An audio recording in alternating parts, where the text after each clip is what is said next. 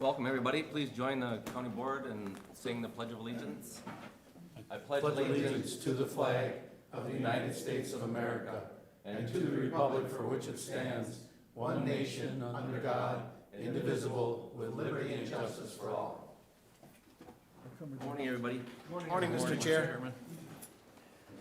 Approval of board minutes. So moved. Motion made by Commissioner Winter, second by Commissioner Wilson to approve the minutes. Any discussion? All in favor? Aye. Opposed? Motion carried. Additions or deletions? Gentlemen? I'll make a motion, Mr. Chair. Motion made by Commissioner Jelinski, Second? second by Commissioner Wilson to approve the agenda. Any discussion? All in favor? Aye. Opposed? Motion carried. Next on the agenda, Public Works public hearing. Steve? Thank you, Mr. Chairman.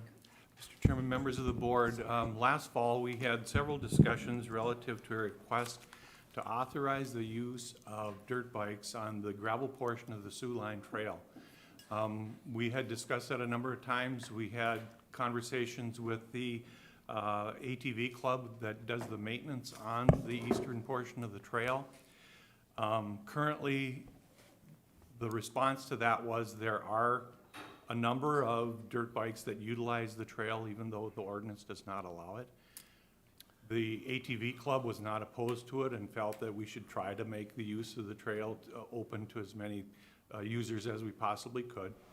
And so we have proposed that there would be some changes to the ordinance, and I would ask that Chuck would go through how we would change the ordinance in order to accommodate that if that's what the board so decides to do. Very good. Thank you. Chuck? Good morning, County Board, staff, and guests. Good morning, Chuck. Good morning. The change in the ordinance really just provides that consideration that Steve had talked about for what technically would be called off-highway motorcycles to use the east portion of the trail. It would be two-wheel, variations on that. Typically, they have, if they're considered off-highway, there is a version that has no lights, no blinkers, that sort of thing. I mean, it has lights, but no blinkers and that sort of thing, so that would be considered an off-highway motorcycle. And then there could be, what I guess when I was a kid used to be termed as an enduro. And those would be the kind of the additions to the east portion of the trail. So I have seen them on the trail as well, so I think it gives another opportunity.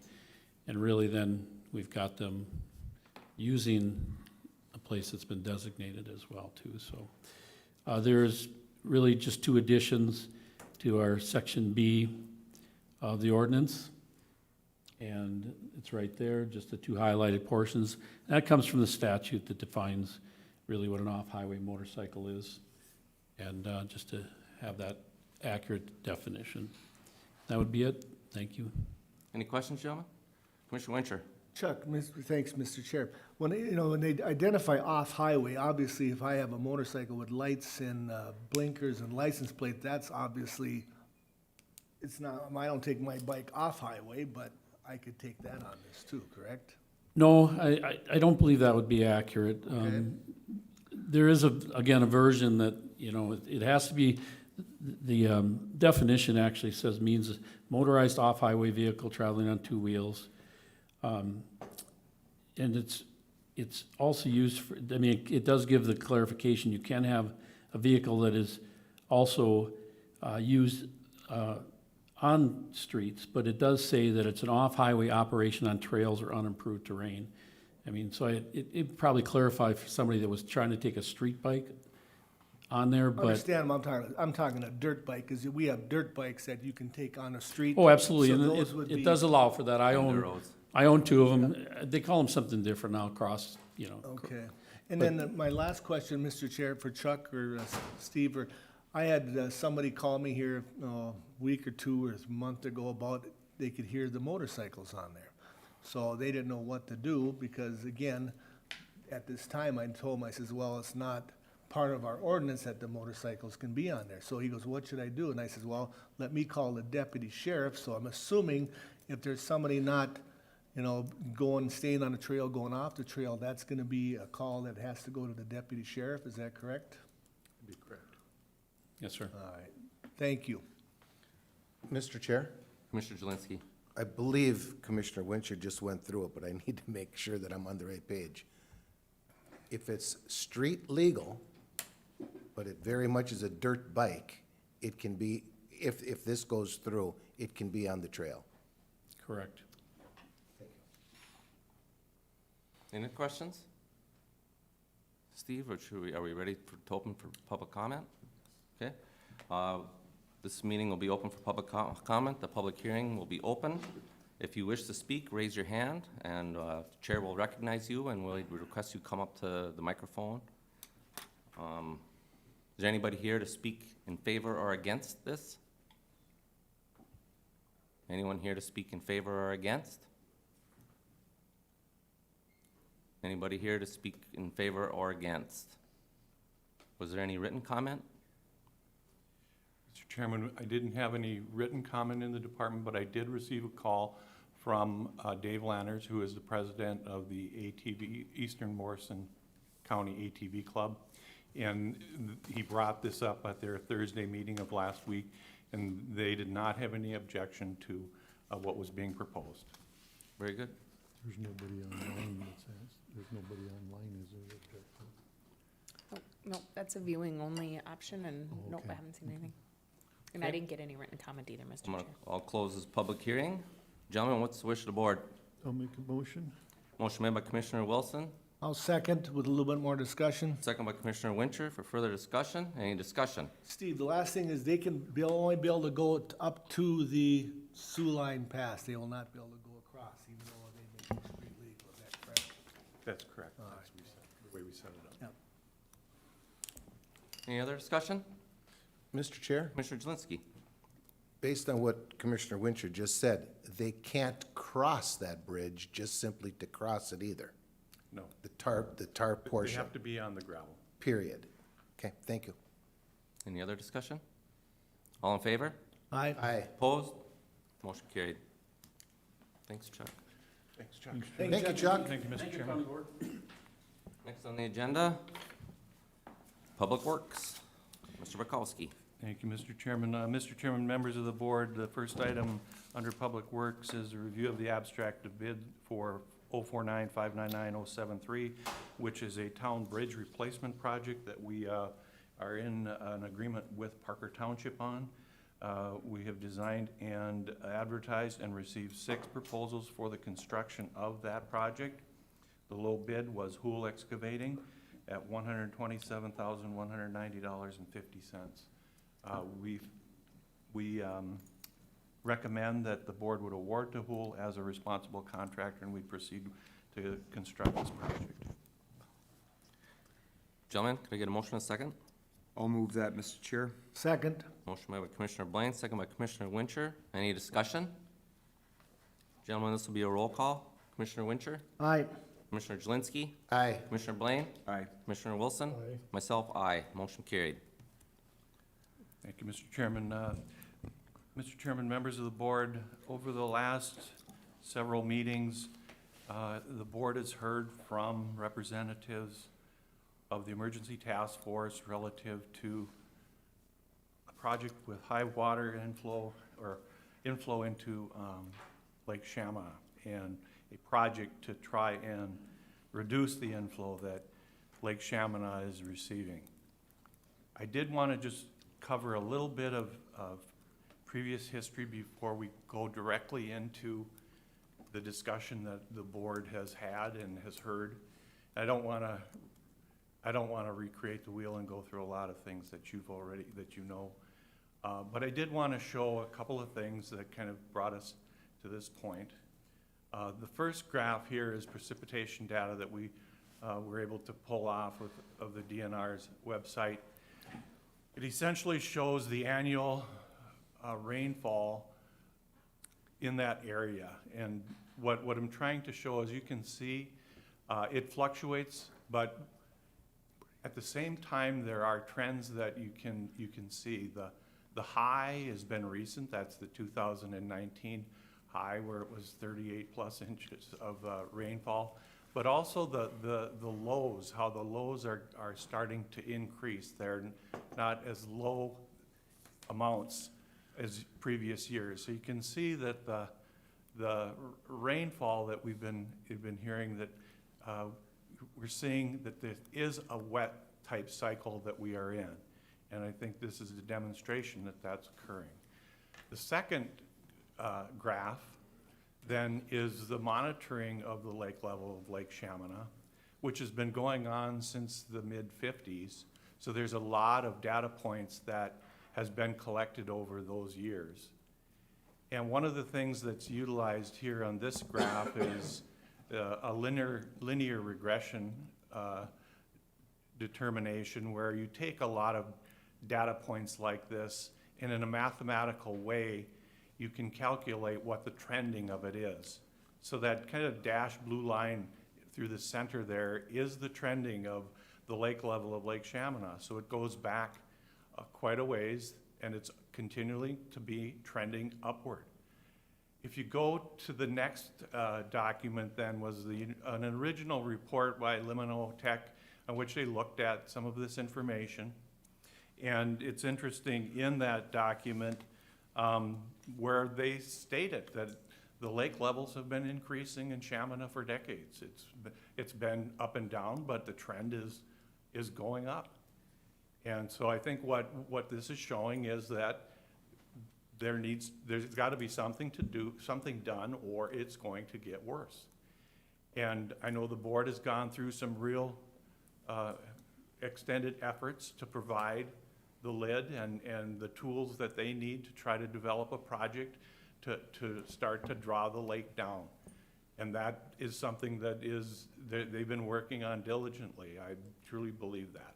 And at the same time, there have been some other groups that have looked at other projects that potentially could maybe keep things from getting worse while the lid develops their project, is I guess the way to look at it. And what was brought to the county board was one of those, in which culverts that discharge the watershed, which is about a 9,000 acre watershed into Lake Shamana, would be diverted and retained, and that water through a pumping system would be discharged to an alternative outlet. And from a sky-high view, we received information from the emergency task force on what they're proposing to do. We didn't get into a lot of detail. We didn't spend a lot on this, but believe that what is being proposed is a feasible project, and it has benefit to reducing the increase in the lake level. And we also then looked at what they were proposing for the cost of the project. And also included in your packet was some estimates that are prepared for what this project called Shut Off the Faucet we would believe would cost. There would be capital costs, and there would be a discharge line, the pumps, and the variable frequency drive. A variable frequency drive is a way that you can pump both high and low flows. You can adjust that amount of pumping that you need to do, so it's the type of pump that you'd have to have. And then power conversion on where that would be installed. There's two drainage ways that discharge into Shamana. There would be effort that would have to take place to bring those two together. And that would be the point where we would have some type of a sump construction and where the pump would be installed. So there would be some earthwork that would have to take place in order to bring those two together. Then where you discharge, we'd have to have some type of energy dissipation because of the volume of water that would be pumped. And there's always safety and security of the site, pipe anchoring, because pipe could start to move when you pump higher volumes and start to pipe hammer, water hammer, that type of thing occurring. There could be some right-of-way needing to be acquired, potentially some drainage releases in order to utilize the discharge location. And of course, we'd need some expertise that is outside of the department if the board decided that they wanted to support this in designing the pump, in designing that sump area, and also in looking at the discharge location, trying to make sure we have appropriate safety measures under maybe large events that the system couldn't handle or shouldn't handle, and we may have to go back to the way it works now. So there's a number of things that would have to be looked at. Those were the numbers that we came up with in trying to accomplish that. Of course, the permitting aspect of it, you heard Shannon explain that and how that works, and so we also provided a residual value of the equipment. If we purchase this equipment and the project ended in 6 months or 12 months or 18 months, there would be residual value of that piping, residual value of those pumps, that type of thing. And so I gave you those numbers. I didn't deduct them or anything, I just gave you an idea on what we'd expect if the project was terminated, what you'd get for that. And then also, we're anticipating about $5,000 a month in electrical costs once the project was constructed and operational. And so, and we had a discussion earlier on if the board decided they were going to work with this project and try to develop this project, we would anticipate that it would be funded through fund balance of Public Works. If that's accurate. So that's kind of where we are today, and I guess we'd open that up for continued board discussion and direction. Very good. Gentlemen, any questions? Mr. Chair, Commissioner Wilson? Steve, okay, we've got a ditch that was cleaned out there, right? Yes. And that would pump into that ditch. Now, if we had a lot of rain and that ditch got full, the pumps would be shut off, right? It wouldn't be flowing to where it floods out of there because of our pumps? Am I, I think that, the way we would look at this, commissioners, is, we're at this point. I think the next phase would be that we'd do some of that investigating. I would expect that there needs to be some type of a safety measure built in, because there is a potential that can happen.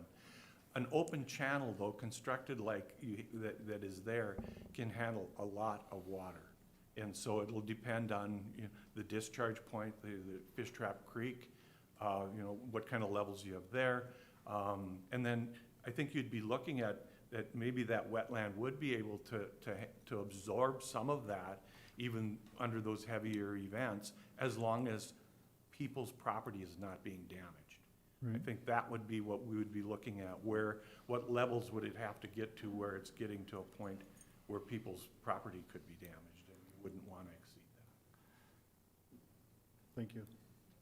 Speaking of people's property, to get this permit, are we gonna have to acknowledge that we have to get permission from downstream owners to complete this project? I think that would be a part of our Phase 2 recommendation to the board once we put that in place.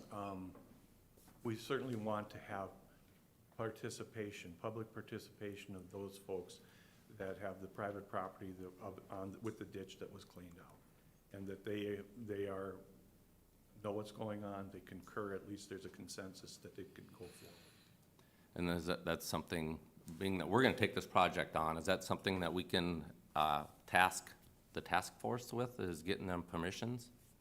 That's worked pretty well so far. They did pretty good with the ditch. Yeah, they really did. Okay. I think that's a good approach. That would be probably the best approach. Mr. Chair? Commissioner Jelinski? I think it would behoove me or us not to talk a little bit about this again, is what's the gain? What really is the overall gain? I get what you're saying, and we're diverting water.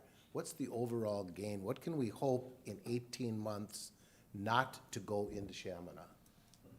That being said, if I'm looking at these numbers and if I'm understanding this correctly, over 18 months, we're talking about 200,000. Because we have to include 194 for the total project, but we have to include the 90,000 that it's gonna cost for the electricity of the pump. So it's a $200,000 bill, rough numbers. Yes. So if all that's true, which it's obviously laid out in front of me, what do we hope to gain for lack of water going into Chaminade? Is that fair to say that? It's a good question and a hard one to answer. Okay?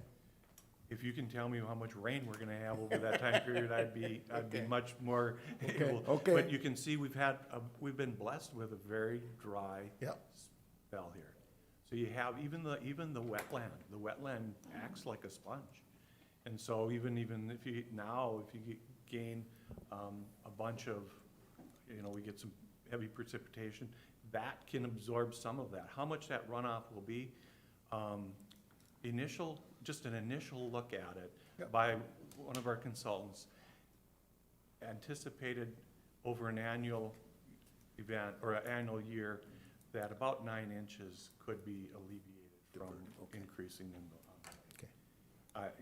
And that's, I hate to throw any numbers out there like that because there's so many variables in it, but Absolutely. that, when you look at some of the averages, that's what they were telling me. Okay. Thank you. Thank you, Steve. Thank you, Mr. Chair. Commissioner Wincher. Thank you, Mr. Chair. Steve, just to make sure that we're on the right page here, this project is the county's project. This is not gonna be, and again, correct me if I'm wrong, that the Lake Association they can tell you what to do, the LID can tell you what to do. Any of the other projects out there, they have to go by your recommendations. I mean, they can give you ideas or anything like that, but they have no authority to say you're going this way or that way. This project is in your hands. And again, if the task force wants to go and get, or you're the one that says, okay, go ahead and get permission from these landowners, that would be you authorizing them to do that. They just can't go somewhere and do their own thing. This is our project, the Public Works project, correct? Thank you, Mr. Chairman, Commissioner Winter. I think that the way I would view this is similar to, let's say, maybe a controversial transportation project. Obviously, we go in and we work with people to try to accomplish what direction the board has given us as a department. And so, but you guys make the final decision.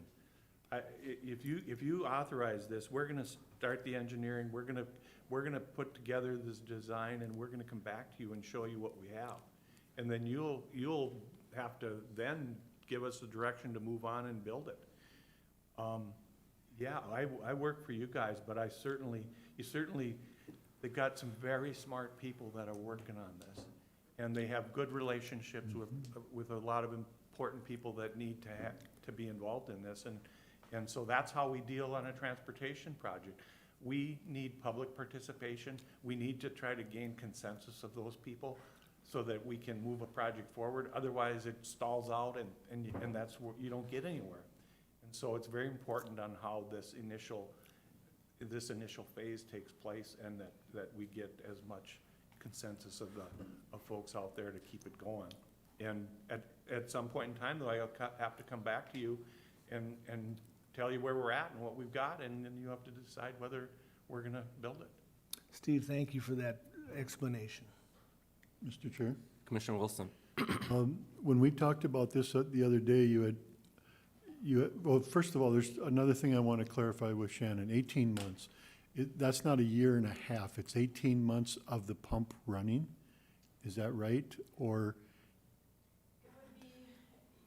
Can you speak into a microphone, Shannon, please?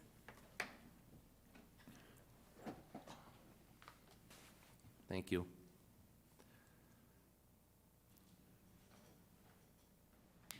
Yeah, Mr. Chair, Commissioner Wilson, we would issue the permit for 6 months of activity. And at that point, we would kind of take what Steve is learning about how it's functioning.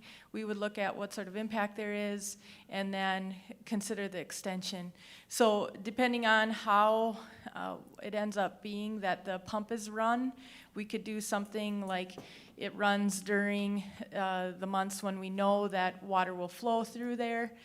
We stop it and then we would extend the permit again for another time period. okay. Did thank that you. answer your question? It does. Okay. I guess 18 months could be 2 to 3 years if possible. It could, because it could be that we have to stop at certain points in the year and then start up again. Okay, thank you very much. Steve, the other question I have, we talked about possibly the township or somebody else paying for the operation of the thing, correct? That the county wasn't going to be, we were looking at not paying the maintenance fees to keep it going? Correct, that was a proposal that was discussed, that the ongoing electrical costs we had thought the township was the best mechanism to put that in place. I don't know if you had conversations, Deb, or not. Well, Mr. Chair, I think, Steve and I talked, this isn't a budgeted item. You hold us accountable for the budgets that we set on an annual basis, and we need to make sure that we're doing that. Things come up. That's why a budget is a budget, and it's not an actual. So when we look at this entire concept, knowing it wasn't budgeted, what Steve and I need to talk about is what's reasonable, what proposals do we have, where does this put us financially, so we can report to you on a quarterly and annual basis and figure out what we need to do financially and how we need to make sure we have a healthy organization as a whole. And so when we look at fund balance, when we look at where we're at with that, this is something that we're recommending. That would be how we fund it. It wasn't budgeted, and there's certainly other things on a list too, but prioritizing that is your job. And we think we would be able to do that with a reasonable result in terms of the finances. But an annual budgeted expense wasn't there, and you don't take an operational thing and usually use fund balance for that. And so we're looking at what can we do, or what could be some options to fund that on a regular basis. And so that's when we thought, well, maybe this is something that locally it could be a partnership in terms of if we invest in that capital investment and we do the bulk of the project, that maybe locally that could be a reasonable way to approach this project, that they fund that ongoing operational expense when that is running. So gonna, throw that up for discussion and kind of what our thoughts were. That would be a way to possibly tackle this. And the task force, they have some funds, they have expressed that. It's always good to have some skin in the game, some participation. That way I think you get a better project where everybody's working in the same direction. Yep. And Mr. Chair, we talked a little bit about whether or not there's, to require a kind of a private group of citizens to fund something. Usually you have an arrangement with some type of entity. And so that's where we thought maybe there's a possibility to talk to the township to see if that could run through there, knowing that the task force has some dollars and all of that, might be a reasonable approach to go forward. Commissioner Jelinski. Mr. Chair, if I may. I'm looking at 18 months. I just heard 2 to 3 years. My question would be, is it keeps on raining and the project is working. And the project worked for 18 months successfully. We got an extension somehow or another. Don't ask me how that works. That extension went for 6 months, and it still's raining, hasn't quit, and we're seeing continued success the entire time. Could this be an indefinite thing? It seems to me we're going to spend, as it is this moment, $200,000 on a project, but in 18 months or in 2 years, it could be the end, and, well, we're going to have to sell this stuff now. Or does this just automatically, and I have to look to Shannon also, I don't know. I'm not sure who I have to look at. Can this be an ongoing thing? It would seem to me that if I lived on the lake, or any of my friends that are on the lake are saying, we're losing maybe 9 inches of water entering the lake over the course of a year. After that year, there's another 9 inches that isn't coming into the lake. That's 2 years, 18 months, so we're over 6 months. And it continues. Maybe the following year it's only 6 inches, whatever that number is. I'm not holding anybody to a hard and fast rainfall amount. What happens after 3 years? Does this project just die? I don't know the answer to the question, even if it's fair to ask. Well, one of the things I think that should be stated up front is this is not and will not solve the issue that Shamana has. Yep. The Very lid clear. has got to move forward with their project, and and come up with a way to draw that water down. That has to, this is meant to try and keep it from getting worse. So depending on what happens with that, let's call it that larger project, Okay. will, I think, depend on how we would look at what we've got going here. You know, and then you have to evaluate the options. Maybe it takes some legislation. I know that Shannon is really trying, and she has to make her statute work. And No. that's what she's doing. She's working to make this work. But if at that point in time, this is working and we need to somehow get it might mean some legislation to extend it if it's really something that's working well. You can't look at us and expect that we can change those. Those take you politicians to Okay. accomplish. Very good. Fair enough. Appreciate that. Thank you, Mr. Chair. Mr. Chair, Yes? I guess, I kind of support this project. We've talked about this stuff for a long time, and I think Highway 203 has come up in this conversation. This here seems to be something that'll take that out of the equation, all this water running into the lake. And I think time is what will tell us if it's working or it's not working. But I also, with you in charge of the project, I like that, and you have a lot of knowledgeable people and places that have worked on this project that I know you will use, because that's how you're gonna get your information and you're gonna get your easements and all that stuff. So I guess that at some point in time, somebody's gotta try to help fix this problem, and this is a piece of the pie that I believe we can do. Terry, would you like to come forward and, if you could I speak need- into the microphone, that'd be great. Or grab the Otherwise- microphone, or Otherwise, your voice doesn't otherwise pick the up for the people broadcast. on TV can't hear you. I got a pretty loud voice. I know that, I know. It's just Good what we morning, gotta do. Commissioners. Morning, Terry. Morning. I am here on behalf of Scandia Valley, and we have a lot at stake here. Over the last 5 years, and you've heard the story, we've spent over $127,000 in just road repair to get people to their cabins. And it's not a permanent fix, it was temporary fixes to get them to what they needed within the valley. Now, this ditch that we had tackled because of the task force, which is doing an excellent job, is come forward, and that ditch, yes, it cost us $40,000 more as a township. We sat and listened to their next half, which includes this part, and how the dredging and the ditching could possibly work out to entail that ditch that is already there. We as a township committed an extra $20,000 to that, saying it would help out the township tremendously as far as the watershed. Let's go ahead with it. Well, if you pick up the tab on that, we can take a look at the electrical. And I've got 2 other backers on our board already saying, not knowing the cost, but we do have to have a termination fee. Just how much can we spend on this as a watershed within Scandia Valley? But right now, Scandia Valley Township would be willing to at least discuss the electrical side of it.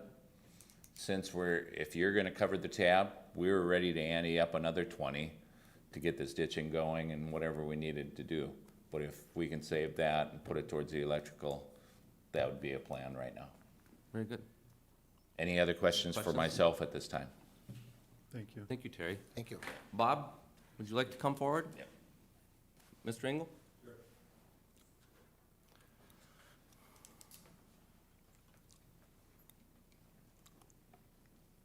Good morning, Bob. Morning. I guess the question from us to you is, will you be willing to go to them downstream individuals and see that they'll be positive for this project? Yes, we would. I think we already have relationships with most of those folks, and we've been kind of monitoring, what's been happening with the ditch all along. So, yeah, we would. Very good. Any questions for Bob? All right. Lyd, would you like to add anything, Cindy?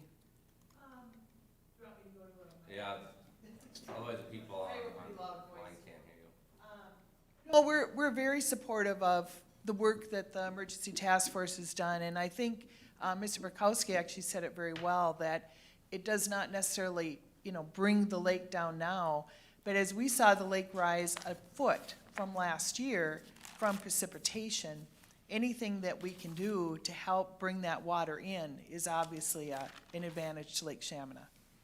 Very good. Thank you. Gentlemen, any other questions? Mr. Chair? Commissioner Winter. Thank you, Mr. Chair. The question I have, and Deb brought this up, about maybe the task of the Scandy Valley Township, but again, things happen, so would we agree to do this regardless whether they put their money in as far as the maintenance goes? That's a question I have, so we wouldn't put that in as a condition. We can put that in our motion, that we will move forward with this project under the stipulation that the downstream property owners are agreeable and that the township pays for the maintenance. And that's just If the that's what question I you'd like. have out there, so. And Mr. Chair, if I could, this is a project proposal to, like Steve said, there will be more information that comes to you throughout this. And then if things are changing, or if we learn things, or if there's a property owner that may have a different viewpoint or something along the lines, that if things occur during the outlay of this project, you'll have more discussion on this, and there will be decision points made if that's the case. And so this isn't an all or nothing and boom, we're done. There are things we're going to be learning. There are things we're going to have to readdress. There are things that we're going to have to consider moving I forward. would ask that you not tie our hands Yes. too much at this point in time. We will be back to the board. You will have to make future decisions before this gets done. There will be contracts specifically, Mr. Chair, with different firms that are doing different work and actual costs that come in that may differ from an estimate. The motion as move forward with the project, period? Yep, move forward with engaging in this process. But I as would, defined. yeah, but I would see that would direct us, we would start working with our consulting engineer. I would work this just like we work other projects that you give us.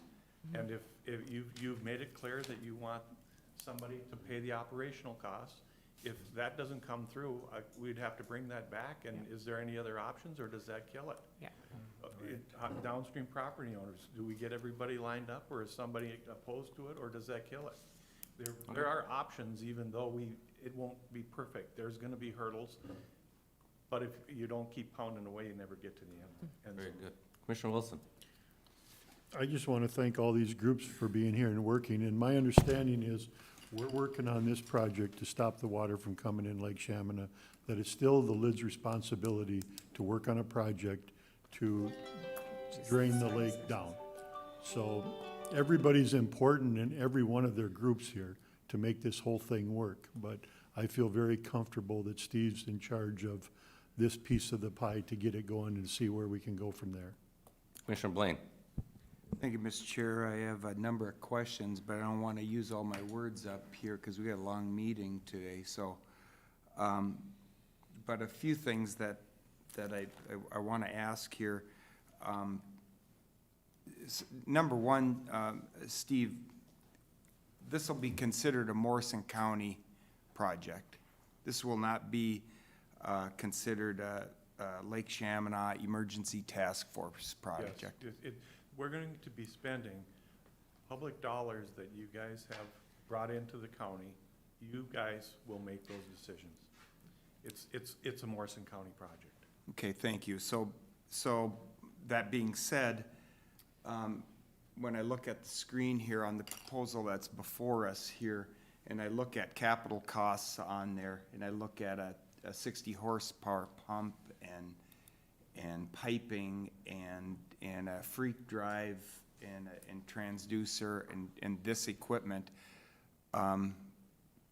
this will be equipment that's purchased to do this project. Correct. That equipment will then be owned by Morrison County. Correct. This,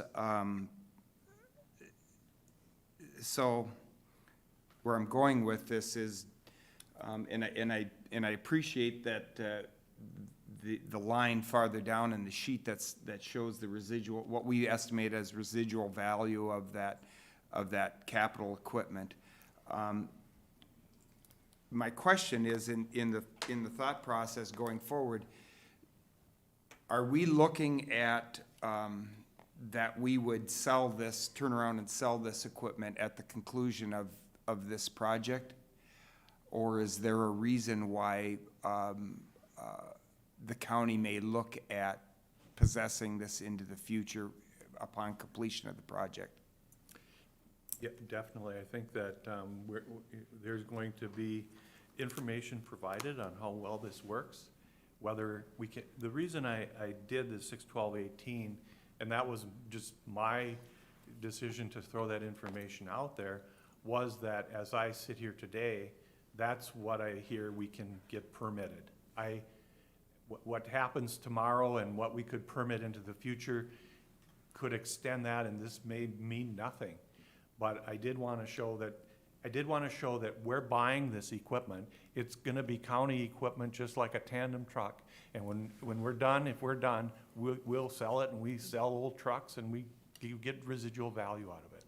Well, thank you, Steve. And so when I look at this from a fiscal perspective, I also want to take into account that you know, we're looking at this, or how this is presented now is a raw cost. This is utilization of funds, of county funds, of taxpayer dollars to purchase something, but we also have to recognize the fact that this will also be shown as an asset to county possessions in the future.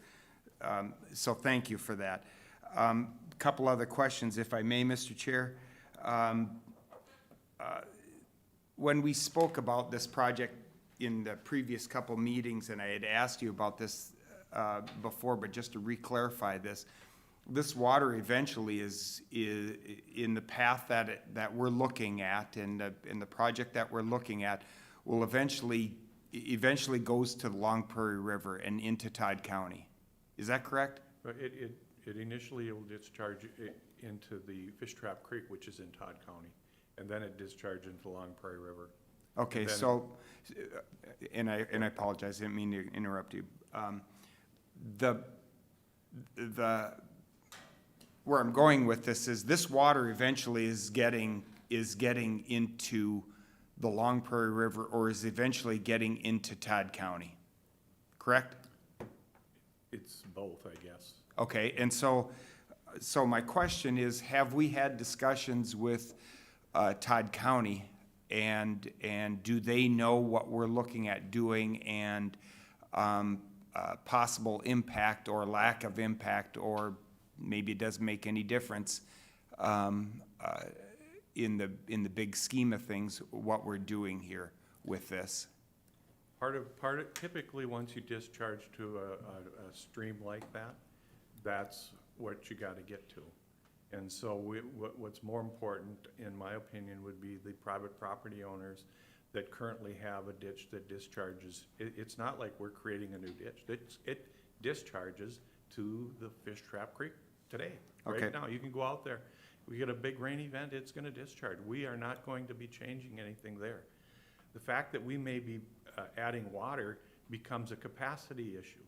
And those are something that we would do under this phase 2, where we're going to evaluate that and make a determination when we come back before we construct this, how that all plays into it.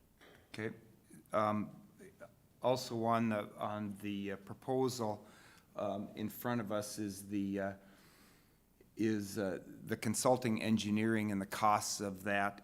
I just want to ask, is that something that you're looking at handling in-house, or is that something that we will look to hire a professional consultant outside the county? That's the outside expertise. We're gonna need electrical engineer, mechanical engineer, probably some hydrogeology work, that type of thing to be done. That's outside of our expertise. Okay. And I think maybe my final question on this is thinking back here over the past 2 years and all the discussions that we've had with, I'll just say all these issues at Chaminade and around that area, and that, and and different groups and the lid and in talks with Soil and Water and the DNR, that there were opportunities for grants to do, certain projects in the past, that we've all combed through in the past couple of years.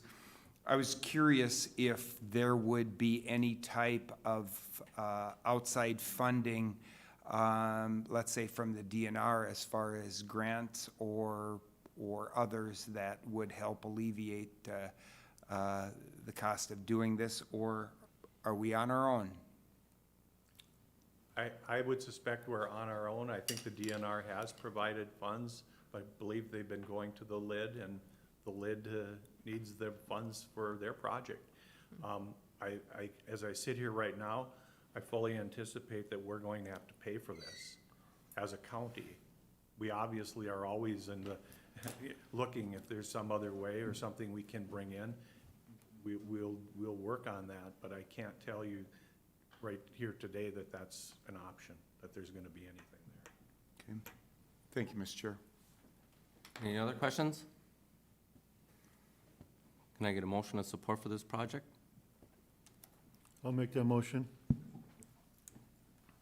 Mr. Chair, I'm going to second that motion today. Motion made by Commissioner Wilson, second by Commissioner Jelinski. Any discussion? All in favor of the motion to move forward with this project, say aye. Aye. Aye. Opposed? Motion carried. Deb? Mr. Chair, I think we need We need a roll call on this, don't we? we're gonna be Okay. spending some funds. Gentlemen, we're gonna do a roll call. Commissioner Jelinski? Aye. Commissioner Blaine? Aye. Commissioner Wilson? Aye. Myself, aye. Commissioner Wincher? Aye. That motion was with this $90,000 trying to get from the township to operate. that's our direction, yep. And Deb, do you have something? I just wanted to add, we touched on it a little bit before, but I want to reiterate what this is and what it isn't, and kind of with the lid board members here. The role of the lid, part of the reason why the lid was created and asked to be created by those citizens is to deal with a high water issue on Lake Shamna. Like Cindy had said, this isn't going to solve that. This is just one component of incoming water too. It's not going to completely alleviate it potentially not completely alleviate any future rising of it, depending upon what happens. So I just want to, I think the public needs to understand that, and we all need to be on the same page, and I think we are, but just to lay it out there that the lid's job, and they're best suited to do that, is to deal with the issue at hand when it comes to the lake level and potential for looking at how to reduce that. And so I think groups around there, and everybody has different sets of information, and people have different beliefs, that we continuously get phone calls about what our role would be as a county and what our role wouldn't be as a county. And so I just want to make sure we're all on the same page and representing that appropriately, that is the lid's job. And that's good that it's the lid's job, because they are closest to the issue. And that's why you have entities that are created that are able to deal specifically with that and give sole effort to that, instead of just a side, mission. That's their mission. And so I want to just make sure everybody's on the same page with that, and why we're here and why we're not, I guess. Sounds good. Thank you for all the work you did on this, Steve. Appreciate it very much. Mr. Chairman. Thank you all for being here today, too. Mr. Chairman, members of the board, then I have one other item that I have a hard copy.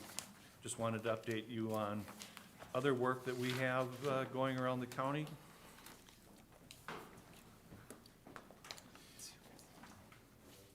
Thank you, Shannon. Thank you, Earl. Commissioner? Thanks, everybody. We've had a very good spring, and so we've been able to be working quite diligently. Fortunately, much of it was carryover from last year's projects, but I do want to update the board on where those are at. Contract 287, that is our 257 project. There's two of them there. The one was the local road improvement project, essentially began at the road that goes into the airport and heads east and ties into County Road 256. That project was completed on May 22nd, And also on May 22nd, completion of the piece from the end of the overpass bridge of Highway 10 to the airport road. That small segment in there was already a surfaced piece of roadway. It was not a part of the local road improvement project, so we completed that with our local funds. On contract 288, that it was a Marvin Treader Incorporated project. We had culvert replacements on 8 from Trunk Highway 27 up to county line, Crow Wing County line. There was under the heavy or the wet conditions last fall, it was unable to finish it. They did that and finished it on the 5th of this month. Also included in that contract was a replacement down by Gutwell's Corner, bridge over the Rum River, and that was completed on the 5th also. We have an agreement with Benton County on our County Road 286. That actually is complete except for striping, and anticipate by the end of the week that that will be done. The landfill cell, the board had an opportunity to review that construction on Friday, and that's progressing, moving very well. The position that we're in right now with clay hauling is continuing, and I guess couldn't ask for that to be going any better. Contract 290, we had 2 federal projects. The mill tight pave and overlay of 34 from US Highway 10 through the east limits of Buckman. And then we advanced the sinusoidal and 6-inch edge line on that project. Both of those are now complete. Anderson Brothers is contract 291, where that is milling and tight paving on our 51 out of Harding, and also our 8 from Trunk Highway 27 to the Crow Wing County line. And then we had some of the other smaller projects that we tied with that. CASA 13, the small segment that connects our County Road 213 and 52 on the north side of Little Falls here. 52 also from basically a little bit north of Crowder's Station to where it ties into US Highway 10. And then 213, which is on the east side of the tracks, we're resurfacing. Those projects will be after the craft fair in the fall is when that will start up. 273, 277 are thin overlays. They're tied with that 51 and that 8 project that Anderson Brothers are currently working on. Contract 292, that is culvert work that's going to be, culvert and bridge work that's going to be taking place on our 21.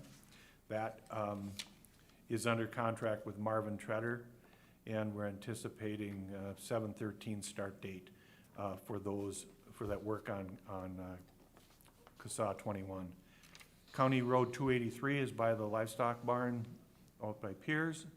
We have it's under the same contract, so the start date of that, we use the same start date, and there's so many working days for that contractor to complete all of that work. And so he may start that County Road 283 as soon as the 21 project is done. We show 7/13, but I'd expect that it would be later because he can't start the 21 job until 13, and that's what he's telling us. He wants to go there first. Then we have our highway striping and sinusoidal work going on. Those are getting close to completion. Some of our maintenance striping is taking place currently. We're getting close to having that finished up. And then we just added the Parker Township Town Bridge Replacement Project, which won't start until September. We're also working on the parking lot. You can see that's going out. We're helping over here at the courthouse to get that constructed. Started up yesterday, and hopefully we can stay on track with that. It seems to be going fine there also. So that's where we're at with the work for this year.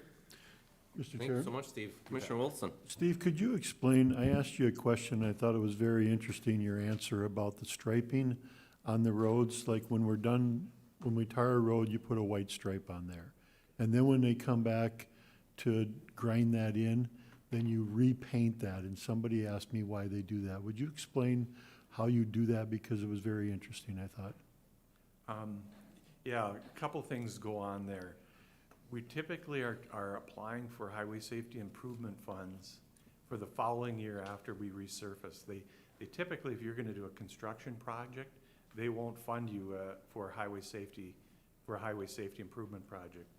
So what we do is we'll place the very cheapest latex paint the year of construction.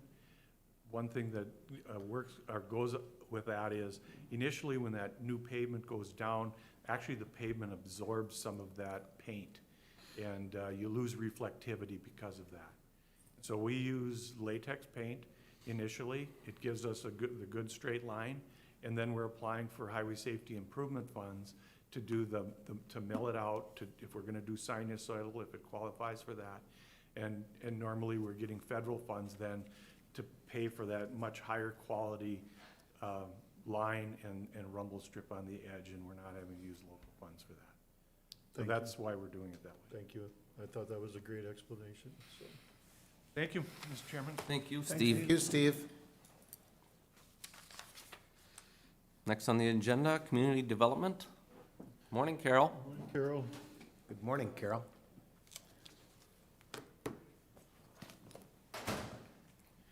Well, I haven't been here for a while, so I just thought I'd come and give an update on everything that's been going on, and Lord knows there's been a lot. Yeah, there is. Presently, we have loans with 21 businesses. So in April, right when the shutdown started at the end of March, my board said, go ahead, call everybody, and if they're current with their loans, just defer them for 3 months. So I sent a letter out, and only 4 took me up on it. And so we deferred those 4 loans. Everybody else is making their loans, and, anything we can do to help them, we will try to do. Recent projects that we've done are Falls Optical. That's the one out by the old Walmart there that's going in that corner. And so Dr. Ken Dodge is building the building, and he's going to make it larger so that somebody else can come in and also be in there. Animal Haven, if you know Minnesota Veterinary Associates sold to Animal Haven. She's a young veterinarian, a woman who has grew up here, worked there, then went to work in Sartell and wanted to own a vet clinic, and so we helped put the funding together for her. That allowed her to buy the vet clinic. Of course, that's right when this whole thing kind of started, so we helped defer her loan for a while too. So, but she's well-known, and people are very happy that she's back there. You probably want to know what's going on with Barrett Pet Food. They got a little bit delayed because of all the rain and stuff we had in the fall. Floor is poured, the equipment is here. It's, they rented a building for some temporary storage, the old Central Minnesota Tool and Stamping Building in the West Side Park, and the city rented that to them. They've been moving it out. They've set most of the equipment. They're testing it now. They still plan to open either on the end of July or the beginning of August. So they made up a lot of good time. I mean, the builders there are really, really good. Yeah, They're really doing a good job. So then with the COVID situation, I think the first week, some downtown business people got with the mayor and said, what can you do to help us? And so the Little Falls EDA put together a loan fund that I'm helping take the applications for. So since about the first week of April, they've made 43 loans. Those loans are $5,000 apiece, 0% interest, 6 months deferred. Then you start making the payments in the 7th month for 18 months. And if you make those payments on time, they forgive the second 18 months. So, you're only paying $2,500 back. And that really helped a lot of businesses. I know one that she didn't qualify for any of the other programs.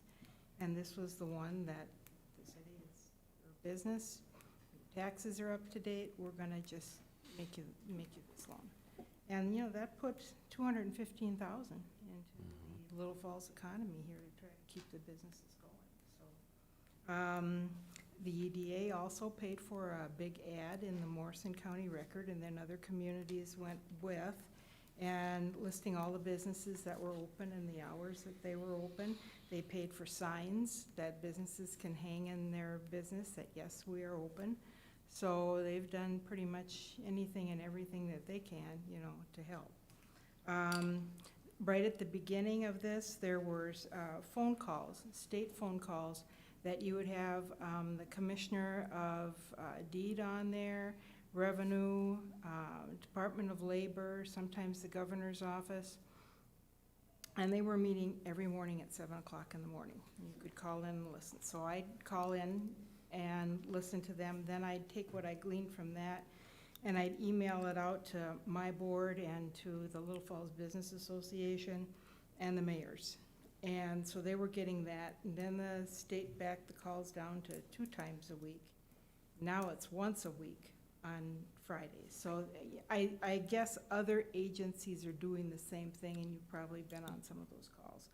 But that really helped, and because of that, then the Morrison County Record asked me to write a weekly column kind of based on that, to keep everybody up to date on what's going on with these various programs. And I mean, you know, on the federal level, I mean, they threw everything they had at it in the first place, and they were building the airplane as they were flying it. PPP is a good example of a federal program that businesses could, or farmers, if they have employees, could access, and they would get, like, I think it was 8 weeks. If you go 8 weeks back and show what your payroll was, they'd give you that.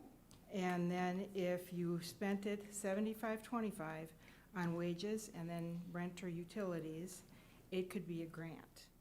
Well, now, you know, a lot of those companies that got it were restaurants. So restaurants are just able to open now, and the 8 weeks is over, like next week. So last Friday, the House had passed an extension for 24 weeks. The Senate then approved it, and the President signed it Friday or Saturday. And so you've got 24 months now to spend it out, to utilize that money.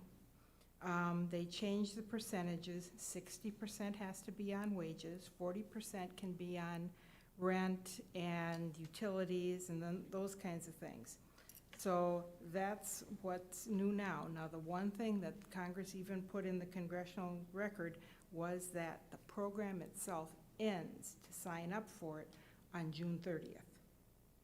So you can't go in the middle of July, program's not there for you. But if you're signed up by June 30th, you have then 24 weeks to spend it out. That program, they ran out of money and then they reappropriated money into it, so there is money out there. I think there's like $10 billion out there that businesses can go and apply through their banks. They have to do it through the bank. Then they are gonna get an application that you have to document what you paid the money on, and then it can be a grant. And anyone that got over $2 million will have supposedly IRS audit. But I don't know how, you know, in reality how that's gonna work, but that's what it's supposed to be. I've also worked with Central Lakes College that we are putting together a meat cutters course. You could see with all the farm animals that they were having to euthanize, people were wanting to buy them. I mean, and the farmers were, here, 40 bucks, take the pig, or I'll give it to you, you know. But they had no place to process it. So one of the things we're trying to do is to, have this meat cutting class that Central Lakes would run through their culinary class, and then they would be training people to be meat cutters. In the first place, Central Lakes was going to do it as customized training, but the issue there is then who pays for it? The person taking it or a business would have to pay for the tuition. They decided, based on some surveys they did and the need, that they're gonna offer it as a regular 4-credit class through their culinary program, and therefore student aid would pay for it. So, and then the State Department of Agriculture is doing some additional funding and trying to help people get to equal to or same as processing. Now, Central Lakes is saying they're gonna open this class in 2021 in the fall. I talked to the Commissioner of Agriculture last week, and he said he'd like to see it sooner, so I said, call the university over there and see what you can do to help them there. Because they're getting federal COVID money. And he would like to steer some of that, if he can, to help get any equipment they may need or whatever. And then finally, Friday, we're doing a little update, I guess I could say, on what's going on with, the first part would be, what do we see happening in the economy in Morrison County? Chet Bodine's gonna be on there from the state, from DEED, and he's kind of their analyst guy. So he's gonna talk about, what it's going to do here in the state, and then drill down to the county, what's the unemployment rate and all that. Then I've got people from the Initiative Foundation, Dan Bullard, Cheryl Hills from Region 5, Deb Bolts from the Chamber, Greg Zilka from the EDA, Sandy Voigt from the Entrepreneur Fund, and Vicki Liederbrand from rural Minnesota SEP. And so we're all gonna, what are we seeing? And now here are the programs that we can help, and what is the status of that? So if any of you want to join in, it's going to be a WebEx thing so that you can record it and people can share it on their websites. So, Mr. Chair, this kind of stemmed from some of the discussion that we had with, in the last number of weeks. What's going on, or what can businesses do, and how, and what can they access? And so I called, we reached out to Carol and said, first of all, can you come with a report? Because it's been a while since we've seen you, and it's good to see you. But then can you maybe organize some type of panel thing that can be recorded? We have the venue, and so thank you for working to get a good group together that can then answer some questions and maybe give some information, just Morrison County specific. So it's not quite as broad, and it maybe feels a little bit closer to home in terms of what is happening out there, and we can record it, we can put it on our website, and it can be available for viewing for those that really are trying to get some more information on what could possibly pertain to them in this day and age. So thank you for pulling together a great group. yeah. So if you want to join in, just please Zoom in or WebEx in. Or You had whatever. gotten the invitation yesterday. I think Tabitha set it up, and it was a Morrison County Administration invitation, and so feel free to join in. And again, that was in direct response to what you gentlemen had talked about previous meetings, so thanks again, Carol. And then we're also trying to, when you go through something like this, you've got to do the immediate help. But you've got to start looking at in the future. When we're coming out of this, do we have funding, that maybe we can't use right now, but we can use to help a business get going? And then Vicki will be talking, I'm on the Workforce Development Board, I'm the chair of it, and we do have some money for displaced worker funding. I don't think it's going to be enough. And so that's when you burn through that, then we're going to have to be applying for other grants from the federal and the state. But we've got to start planning for that too. Commissioner Wilson? Carol, thank you for coming today. You had a program that you said one paid 60% wages, 40% for utilities? That's the federal PPP program, yes. Okay, and that's over June 30th, correct? Yes. So where does somebody go to To their bank. to their bank? Yep, that is a program. Most of these programs are either run through the bank or they are run through a certified economic development corporation, which would be the Entrepreneur Fund, the Initiative Foundation, or NCDA at Region 5. Okay, thank you. Good. Any other questions, gentlemen? Commissioner Blaine? Thank you, Mr. Chair. Carol, early in your comments, you said that the Little Falls EDA had reached out to you, and community development had responded with developing a loan program for these businesses, and you said there was 40-plus loans. 43. Loans that were granted. The funds for those loans were funds that were within community development's resources? No, Commissioner Blaine, Mr. Chair, no, they were from the City of Little Falls EDA, had a pool of money there from some unspent tax increment financing dollars from a while ago, so they didn't have a lot of restrictions on, so that's why they chose that money. So that was totally Little Falls EDA money. Okay, thank you. So I guess my other question would be, and this was a question that came to me, and so I'm kind of passing this question through. and I've actually had the same question from a number of constituents, but with the work that community development does and has done in the past about attracting businesses to Little Falls and to Morrison County, and the success we've had in doing that, the question was, did community development have the discussion, or their board and you have the discussion on providing resources or relief help to existing businesses to ensure their viability through the pandemic? And can you share if that even came up in conversation? Yes, we did. At our last board meeting, we haven't met for the last 2 months. The issue is, the funding that we have at community development is directly from the USDA. So there is restrictions on what we can use that money for. Yes, we could make a working capital loan. You know, we can do that. I was trying to get people, and I was getting calls not only from this county, but from people in other counties. What can I do? What can I do right away? And so here's the PPP program. Here's where you go for that. Here's the EIDL one. Here's where you go for that. And that's where I was directing people. I mean, they were calling me on the weekends. I switched all the phones over to my cell phone, so I was getting calls 7 days a week, you know, from businesses.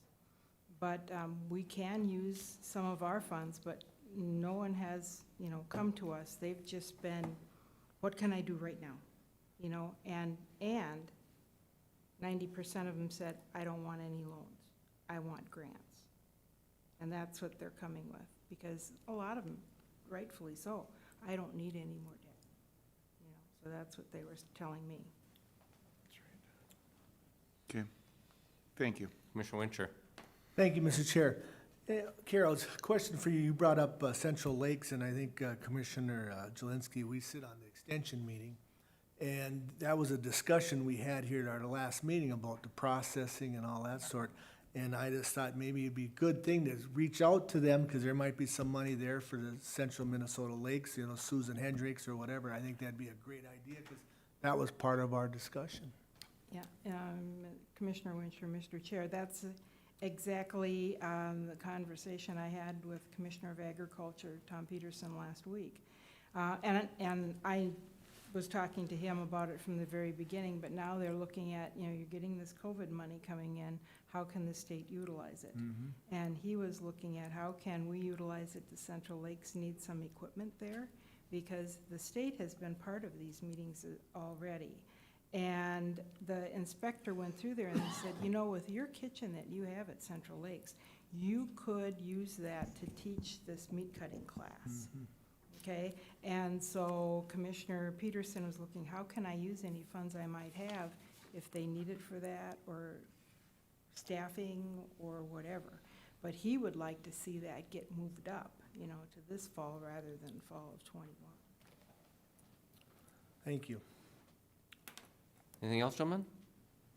Thank you so much for taking time out of your day to Well, be before us today. Thank you for listening to me. Thank you, Carol. Always good to see you. Welcome. Yes. Thank you for Friday. Stay safe. Jeffrey, you good? Do you want a break? No, I'm fine. Anybody else? How about if we go through the next two and then we'll take a 'Kay. break? How's that sound? We'll leave. See Amy. wrinkled noses out there. Brad? Yes, Land Services Not is as gonna be many, here yeah. for a while. Good morning, Mr. Chair, Commissioners. I brought Good a morning. couple of guests with me this morning for my first report, a Public Health Social Services report. As you know, our front-end customer service is pretty important, and especially given kind of the new reality we have. So I asked Fran and Teresa to put together a little information on both the front desk activities at Public Health and Social Services. So Fran is gonna share her report first. Yes, okay.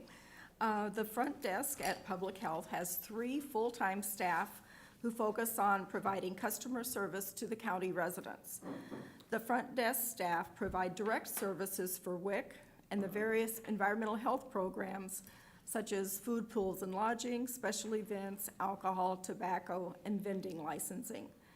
In addition to their customer service duties, they also provide administrative support to WIC, environmental health, maternal child health, nurse family partnership, child and teen checkup program, infant follow-along, and emergency preparedness, which are programs and grants. Case management clients are connected to a case manager to help them.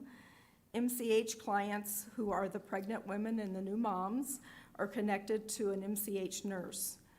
Then, in preparation for our move last year, staff completed many large scanning projects for the environmental health, follow-along program, nurse family partnership, child and teen checkup, and maternal child health programs. This eliminated a lot of file cabinets and paper to be moved. Also, there was a lot of cleaning of out of spaces and many items that had to be cleared out of our areas when we moved.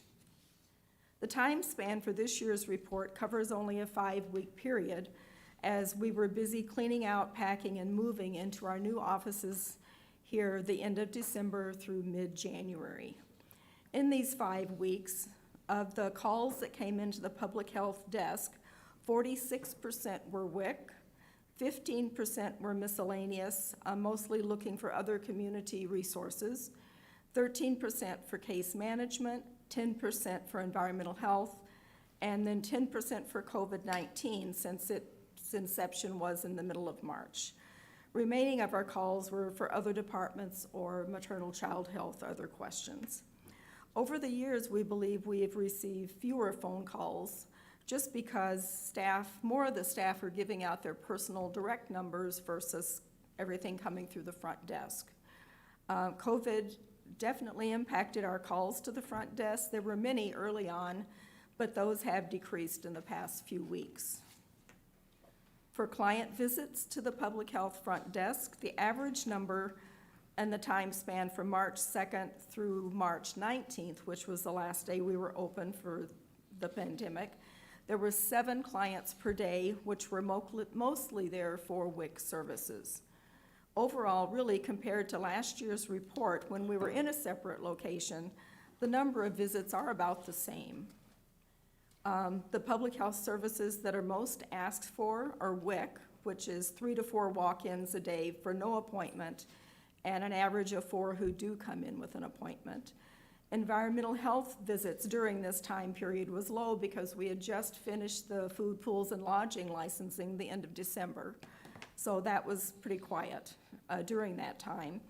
And the miscellaneous category is always higher because it seems like there's clients who are looking for community resources, locations of meetings here, or various questions.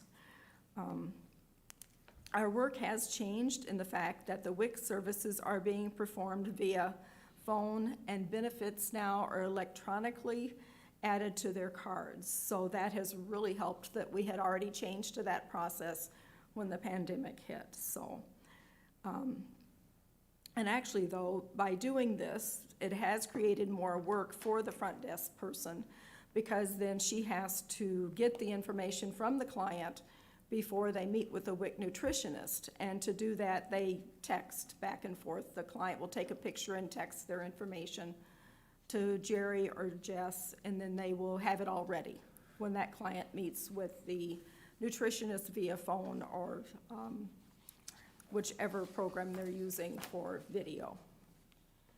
The 2020 budget hours, Jessica's has her child and teen checkup grant is 43% of her time per week.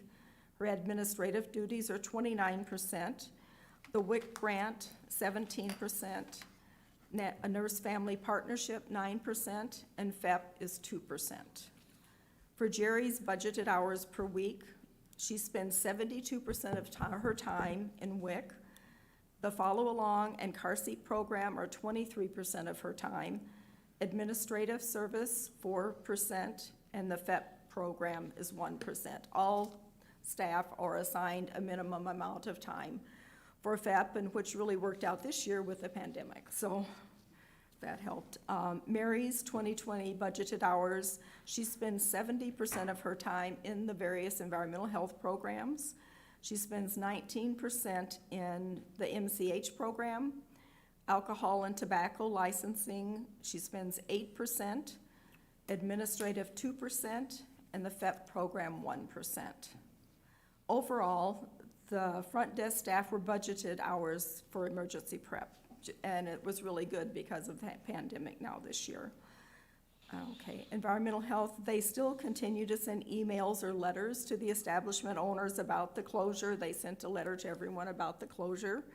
They're working on alcohol licensing right now. Special events will start picking up now once the ban is lifted. Follow-along program requires generating, mailing, and scoring of questionnaires to the clients. She also does data entry into the PHDOC program, and she still submits state reports and continues to scan files. Child and Teen Checkup continues as letters are still downloaded from MDH, printed and mailed to the participants. That has not changed during the pandemic. She actually is also preparing for a family medical leave, so she's doing some prep work for her programs. She also works in the Nurse Family Partnership Program, and that has continued even though the nurses aren't doing person-to-person, they are still doing video visits with their clients. The front desk has had some time to work on set-aside projects, and they're also going to help continue helping with some MCH scanning projects that continue.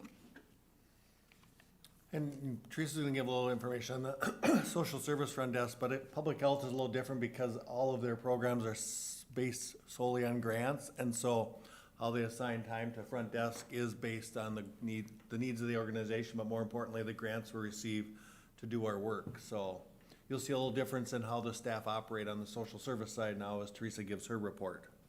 All right, good morning. Morning.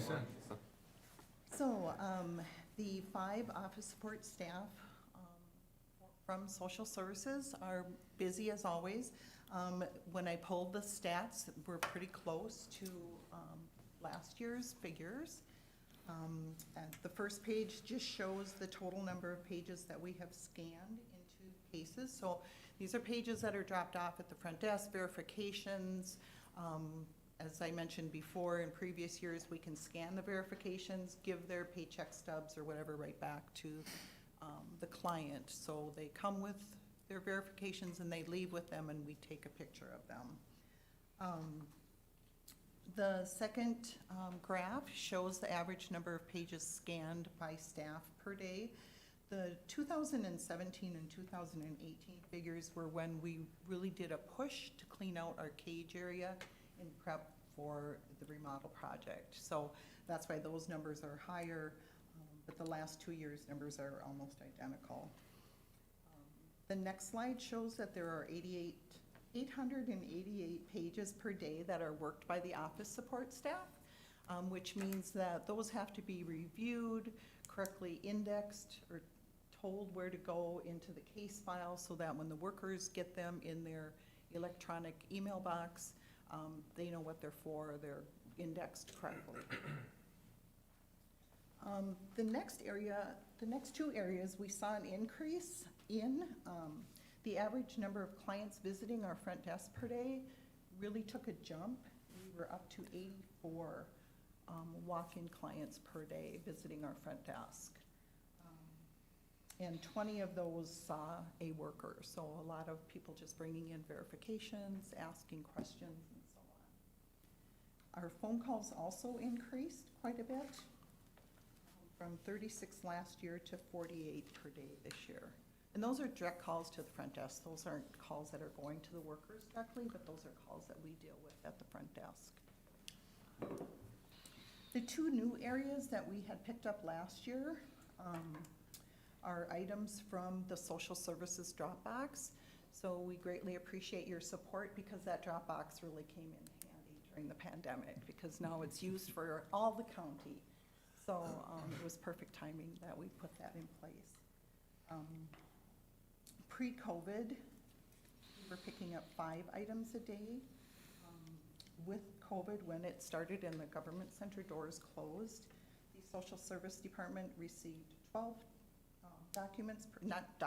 envelopes full of stuff per day, and we picked up 28 per day for other county departments.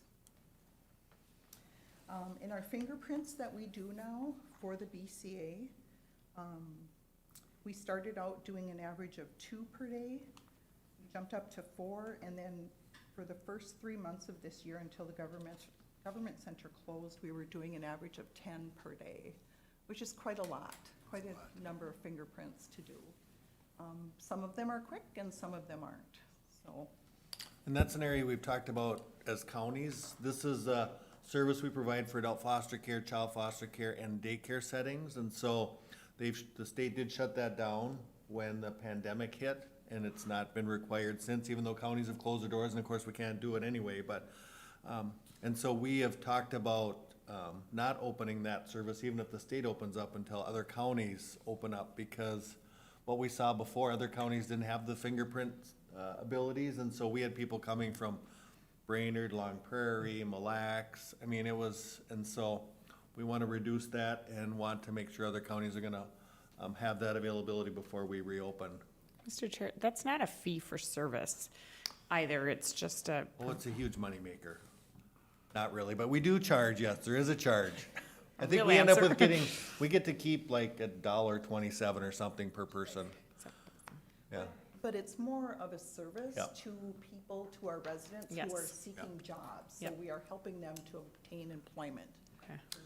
And Mr. Chair, as front desk, I would assume all, like, public health could be trained to do that too, so there's more staff, or, well, we only have one device though, so okay. you know, So no that's matter how not so many we much have. the issue, Yep, it's that's about not the issue. device, okay. And Mr. Chair, Mr. if I may interrupt, you probably don't want to have everybody taking fingerprints. The person that takes fingerprints or the persons that take fingerprints probably can take them fairly well today. But if we start to train Brad and start to train me and the board to do fingerprints, if you don't do those fingerprints routinely, there's good fingerprints and bad fingerprints. I'm thinking that you're aware of that. Right, there is a way, we have to instruct and coach the people that we are doing the fingerprints. Without a 'cause doubt. you know how to get the roll and you know the proper way to press and so on. But as Brad said, it does make it a little more challenging when we just have one device. Oh, without a doubt. Yeah. And the other reason we do this, more importantly, I think, is that if you talk about our adult foster care settings, our nursing homes, we want to make sure they're staffed to the appropriate level. And so having this service really gets those employees onboarded faster than, unfortunately, the state rolled out this Net Study 2.0. Their willingness to support more entities and being available was limited. And so when we took this on, it was about making sure our providers had the staff necessary to do the job. Exactly. The last piece that I am pleased to present to you is that when the government center doors were closed, one of the remaining areas that we had to image and scan were our adoption files. So that gave us an opportunity, front desk staff had some extra time, so we filled our time in scanning the adoption files. It's pretty interesting to pull up those old papers. You almost feel bad getting rid of them because some of them are so old and so crisp, but it's nice because the integrity of the documents will be there now, whereas some of the old thermal faxes that we're imaging in have really faded. So at least we know that the integrity will always be there. At the time I did this report, we had 130 adoption cases scanned. Today we are up to 172. So we are a little over halfway done with our adoption files. And some of these date back quite a ways. Yes, 1930s. Oh, my goodness.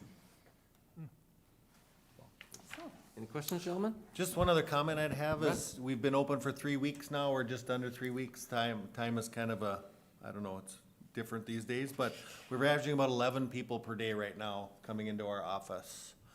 So again, as you look at Teresa's report around the 84 individuals, people are still making choices to do things electronically via video And, so we're not seeing the traffic we saw before, so I think that's what we're trying to kind of make sure we were more measured in how we open, and I think it's going well so far. I agree. Mr. Chair, Commissioner Wilson? Teresa and Fran, have you found the new remodeling has worked out well for you guys? I'm kind of asking you a question that you can't say no to. But has it? Yes, it has. Okay. Our two teams working together, there's been a lot of positive vibes that I have noticed, and I'm sure Fran, Yes. you've noticed it too. They are actually anxious to get into cross-training, so that is one area that we are going to be moving forward on.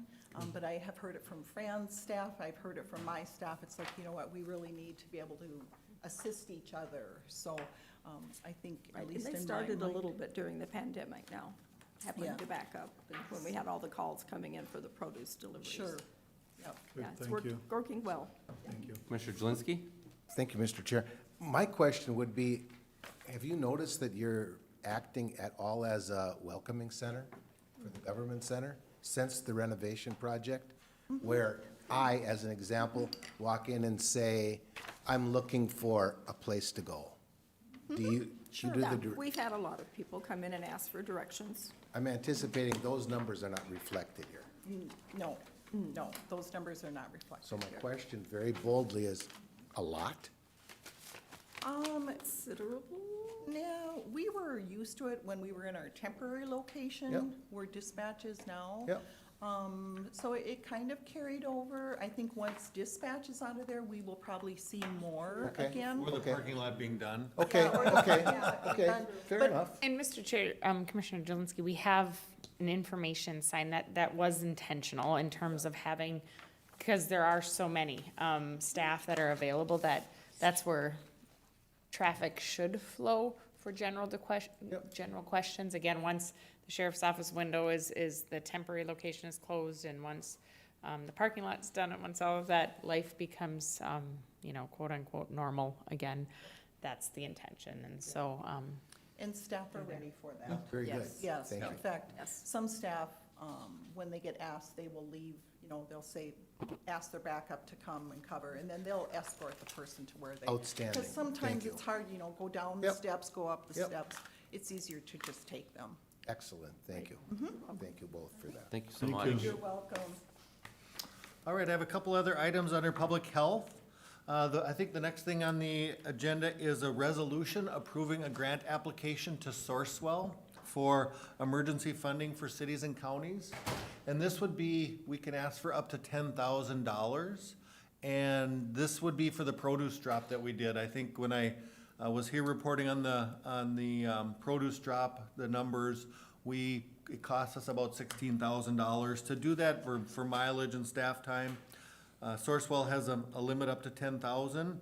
We did attempt to get 2 other grants for this particular endeavor, and we're not successful, which is what they're also looking for. So if I could get a motion to approve the resolution asking them for these funds, I would appreciate that. I'll move on that, Mr. Chair. It was a wonderful program. Motion made by Commissioner Jelinski, On that board, so I just soon know. second by Commissioner Blaine. Yes. How's that? Yes. Any Thank you. discussion? All in favor? Aye. Opposed? Motion carried. Thank you. Thanks, Then- Greg. The next thing on the agenda is the liquor license renewals, and we've talked about this a couple of times at county board meetings, most recently at the last planning meeting, and a discussion ensued about whether or not we wanted to do something with our liquor establishments, because they had to be closed for a period of time due to the pandemic and the governor's executive orders. And I believe the consensus at the planning meeting was to look at providing a 25% discount for liquor licenses for those establishments for the 2020-2021 year. We do these from a July 1st to a June 30th year, so it's not a calendar year. Before you is the list of establishments, and so I'm bringing that forward for county board approval. So moved. Motion by Commissioner Wincher, Second? second by Commissioner Wilson. Any discussion? Yes, Mr. Chair, if I may. Yes. By looking at this here, it looks like it'll be less than $9,000, but up to 9,000 less revenue that we'll be taking in for 2021 due to this, though, we're correct? This would be in our 2020 public health budget. We'll take in about just under $9,000 in less revenue on our public health budget. Thanks. Any other discussion? This is just regular. All in favor of the motion signify by saying aye. Aye. Opposed? Motion carried. And then I have food, beverage, and lodging approvals. The first is for a 2 AM liquor license approval for 12 Mile Tavern and a 3-2 off-sale liquor license for Freedom Store. The sheriff has approved these. I'll move on that, Mr. Chair. I'll second that. Motion made by Commissioner Jelinski, second by Commissioner Blaine. Any discussion? All in favor? Aye. Opposed? Motion carried. And then in your board packet, I have a new establishment owner license for Frosty's Bar and Grill in Piers. I think it used to be. Brickyard. Brickyard, thank you. And so they now have a new owner. I'll make that motion. Second. Motion made by Commissioner Wilson, second by Commissioner Wincher. Any discussion? All in favor? Aye. Aye. Opposed? Motion And- carried. And then placed in front of you is also a new establishment owner license, and this is for Lucky's Saloon in Swanville. Unfortunately, they did not get it to us before we could put it in the board packet, but they are now in business, and we would like to get them their new liquor license. So moved, Mr. Chair. Motion- Second. Motion by Commissioner Blaine, second by Commissioner Jelinski. Any discussion? All in favor? Aye. Aye. Opposed? Motion carried. Thank you, that's all I have this morning. Thanks, Brad. Brad. Gentlemen, we're going to take a 5-minute break.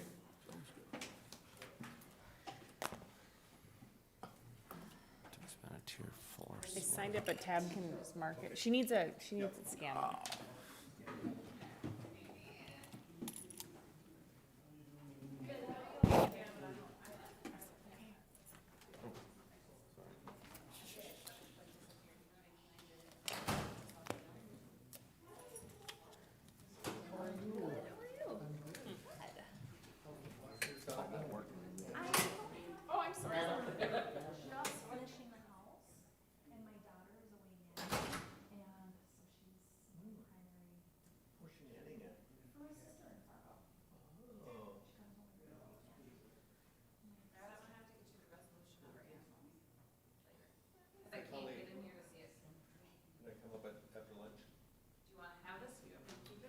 Well, you better keep it, because I need it filled out.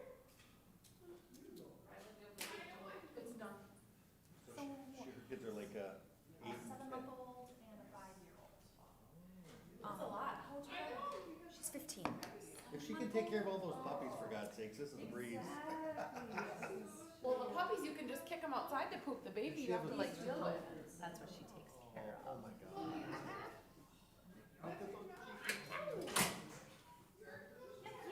So does she not work in the winter, or what? No, so what happened is her daycare provider had to have surgery. He was gonna be out for like 3 to 4 weeks. This was like the middle of May. So she's like, so that was unexpected. Plus they're switching daycares in August. And, since Melise was schooling from home, she went to cover that gap for that 3.5 weeks. And then they were kind of on the fence on whether they wanted the girls to go back there because they're sensing some burnout and all of that. But they couldn't start the new daycare until the middle of August. So they asked Melise if she would just like to just stay on. So I'll be down there. Melise had an application in to work at the I can't help that. And there was also some people in your area that won two did. A week after Melise Who won? then kids hired. I know, there was one won $500. This year with the COVID stuff and all of Yeah, that. you know. I can't remember, who won the 500? Okay, I gotta get some coffee. Chelsea, you're just giving me too much hard of a time, you Democrat, you. He's the one that said that. I like your talk. I'm just repeating what he said.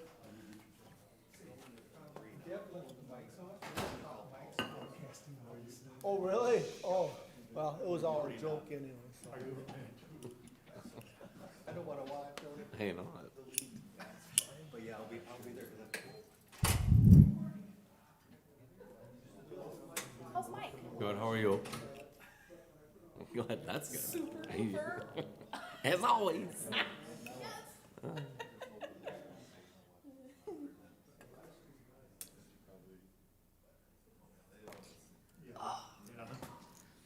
mean, and maybe not, I mean, they could say the hell, it's not worth it.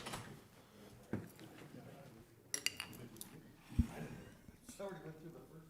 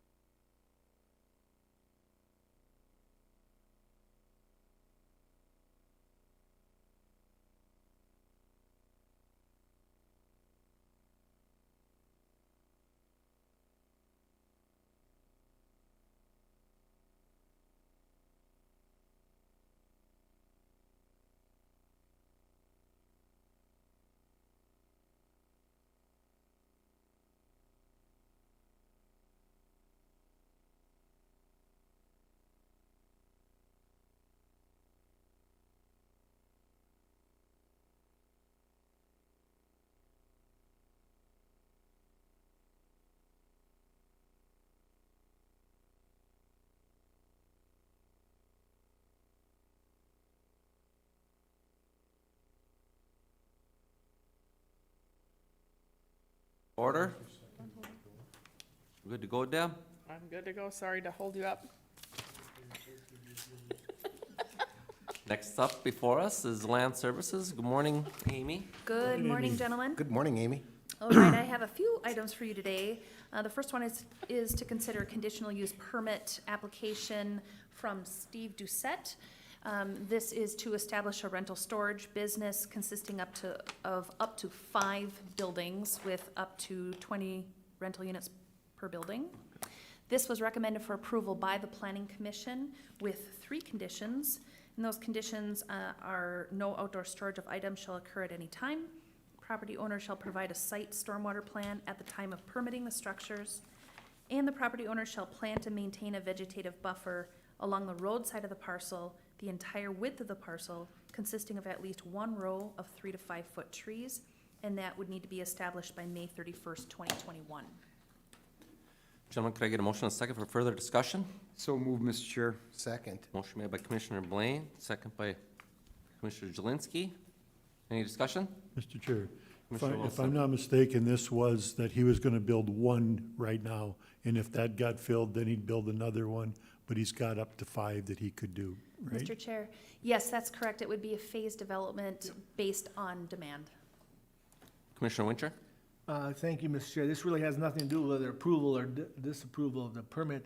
I just want to, put out there that this went very well for a webinar or whatever it was. It's getting better. I mean, you can understand people are, willing to put their input in there, even though no one is sitting here. I think it's getting a lot more efficient, and Amy, you're a big part of that. Well, good. Thank you. Thank you for that feedback.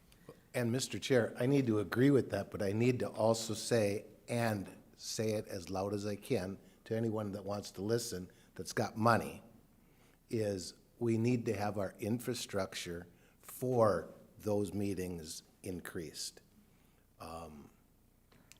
For those of you that have connectability that doesn't go away, that's wonderful. But for those that are in situations, in holes, if you will, where you don't have great internet connectability, and maybe I'm using the wrong words, I don't know. Broadband, thank you, thank you. I just wanted to say again that we need to have increased broadband in the county. Thank you. Any other discussion? All in favor of the motion? Aye. Opposed? Motion carried. All right, thank you. The next item is to consider the conditional use permit application to expand to a Tier 4 swine feedlot. This was also recommended for approval by the Planning Commission, and this is to Anton Waitala.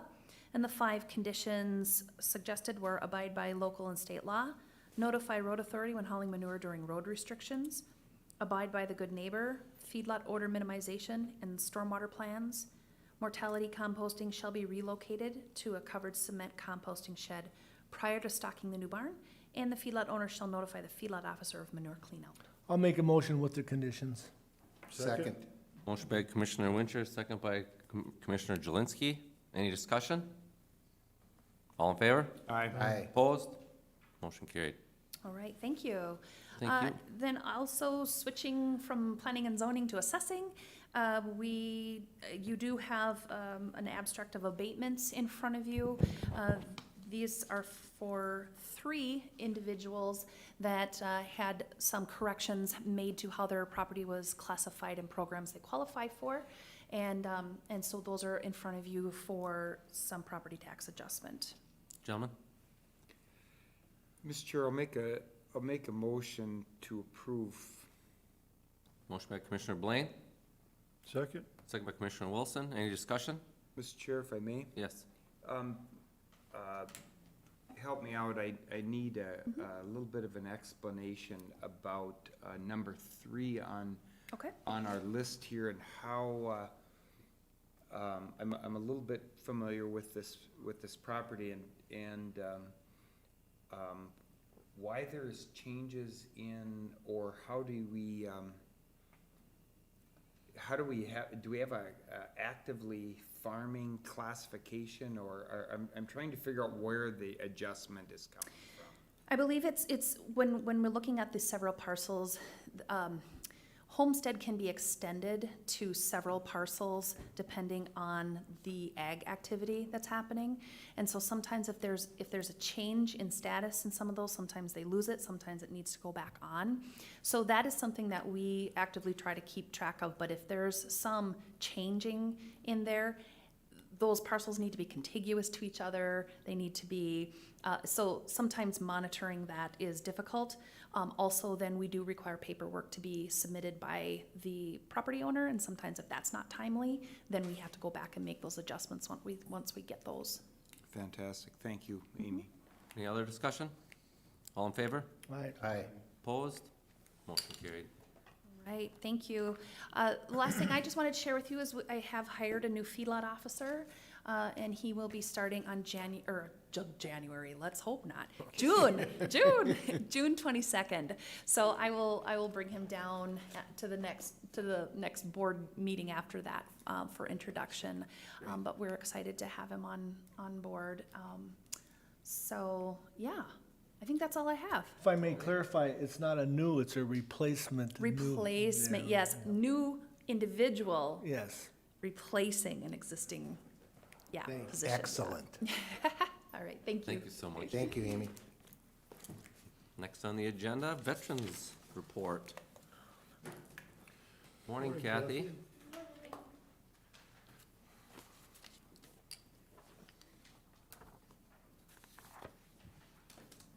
Morning, Kathy. Good morning, everyone. Morning, Kathy. So this is just about our DAV van being basically just moved to a temporary parking spot at the county. It was over in our south parking lot, the U-shaped area there, and now with the parking lot being redone, it's been moved over to Public Works, and so we just need approval on the agreement with the Disabled American Veterans that van can be parked over at, which it already is over there at Public Works, and the key box will be temporarily installed for them as I'll well. make a motion, Mr. Chair. Motion by Commissioner Jelinski, Second? second by Commissioner Wilson. Any discussion? All in favor? Aye. Opposed? Motion carried. Have a good day, everyone. That was Kathy. it. Thank you. Pretty easy one. Mr. Chair, that's just as a side note, that's where we are parking the county vehicles for now, while the parking lot's under construction, and then the permanent location of where we're gonna have those is still being discussed in terms of where the flow is best. So to that, land services vehicles then would also be over there too? The non-emergency sheriff office, so even his transport and everything, we're just moving out of this facility while it's under construction for sure, and then long-term, we'll take a look at what's best. Mr. Chair, procedural question? Yes. So why was Ms. Marshak here asking for approval of that, but all the rest of the vehicles we don't? Because we don't own this. This is a DAV vehicle that we just house. And so they need a formal agreement that's there that kind of identifies where it's parked, just because the DAV requires that, apparently. I guess I don't know as much about it, but. Thank you for educating me. Thank you. All right, next on the agenda, motor vehicles.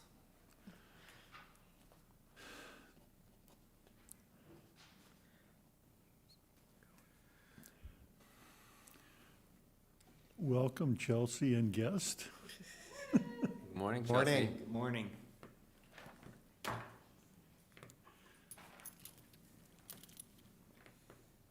Good morning. Good morning.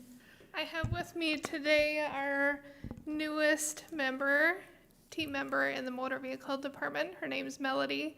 She is our 3/4 position for the license assistant. So Welcome. today is day 2, so I thought it'd be perfect. So, Mr. Chair, you know it all already, right, Melody? Day 2? No. Well, welcome. We're excited to welcome. have you. Yes. Thank you. Melody, I had the pleasure of meeting you yesterday, so hello again. Hi. And you're saying, wait a second, I didn't see you yesterday. But we did. Mr. Chair, I'm glad that we've kind of enhanced this process of bringing new hires in to meet the board, and so that we can put a face with the position that's being filled, and have you here and see you in person. And I think it's fantastic, and thank you for being willing to be a part of the Morrison County family here too. We Well, welcome you. Yeah, thank you for the opportunity. Before you today, my first request is requesting approval to replace the license specialist position and the license assistant position, as we discussed in planning session. Gentlemen, So moved. motion by Commissioner Jelinski, Second. second by Commissioner Blaine. Any discussion? All in favor? Aye. Opposed? Motion carried. Next on the agenda, I have a request for approving board warrants. So Yep. move. Second. Motion by Commissioner Blaine, second by Commissioner Wincher. Any discussion? So roll call, Commissioner Blaine, Aye. Commissioner Wilson, Aye. myself, aye, Commissioner Wincher, Aye. Commissioner Jelinski. Aye. Motion carried. And then if I could, I just have two updates I wanted to bring to you.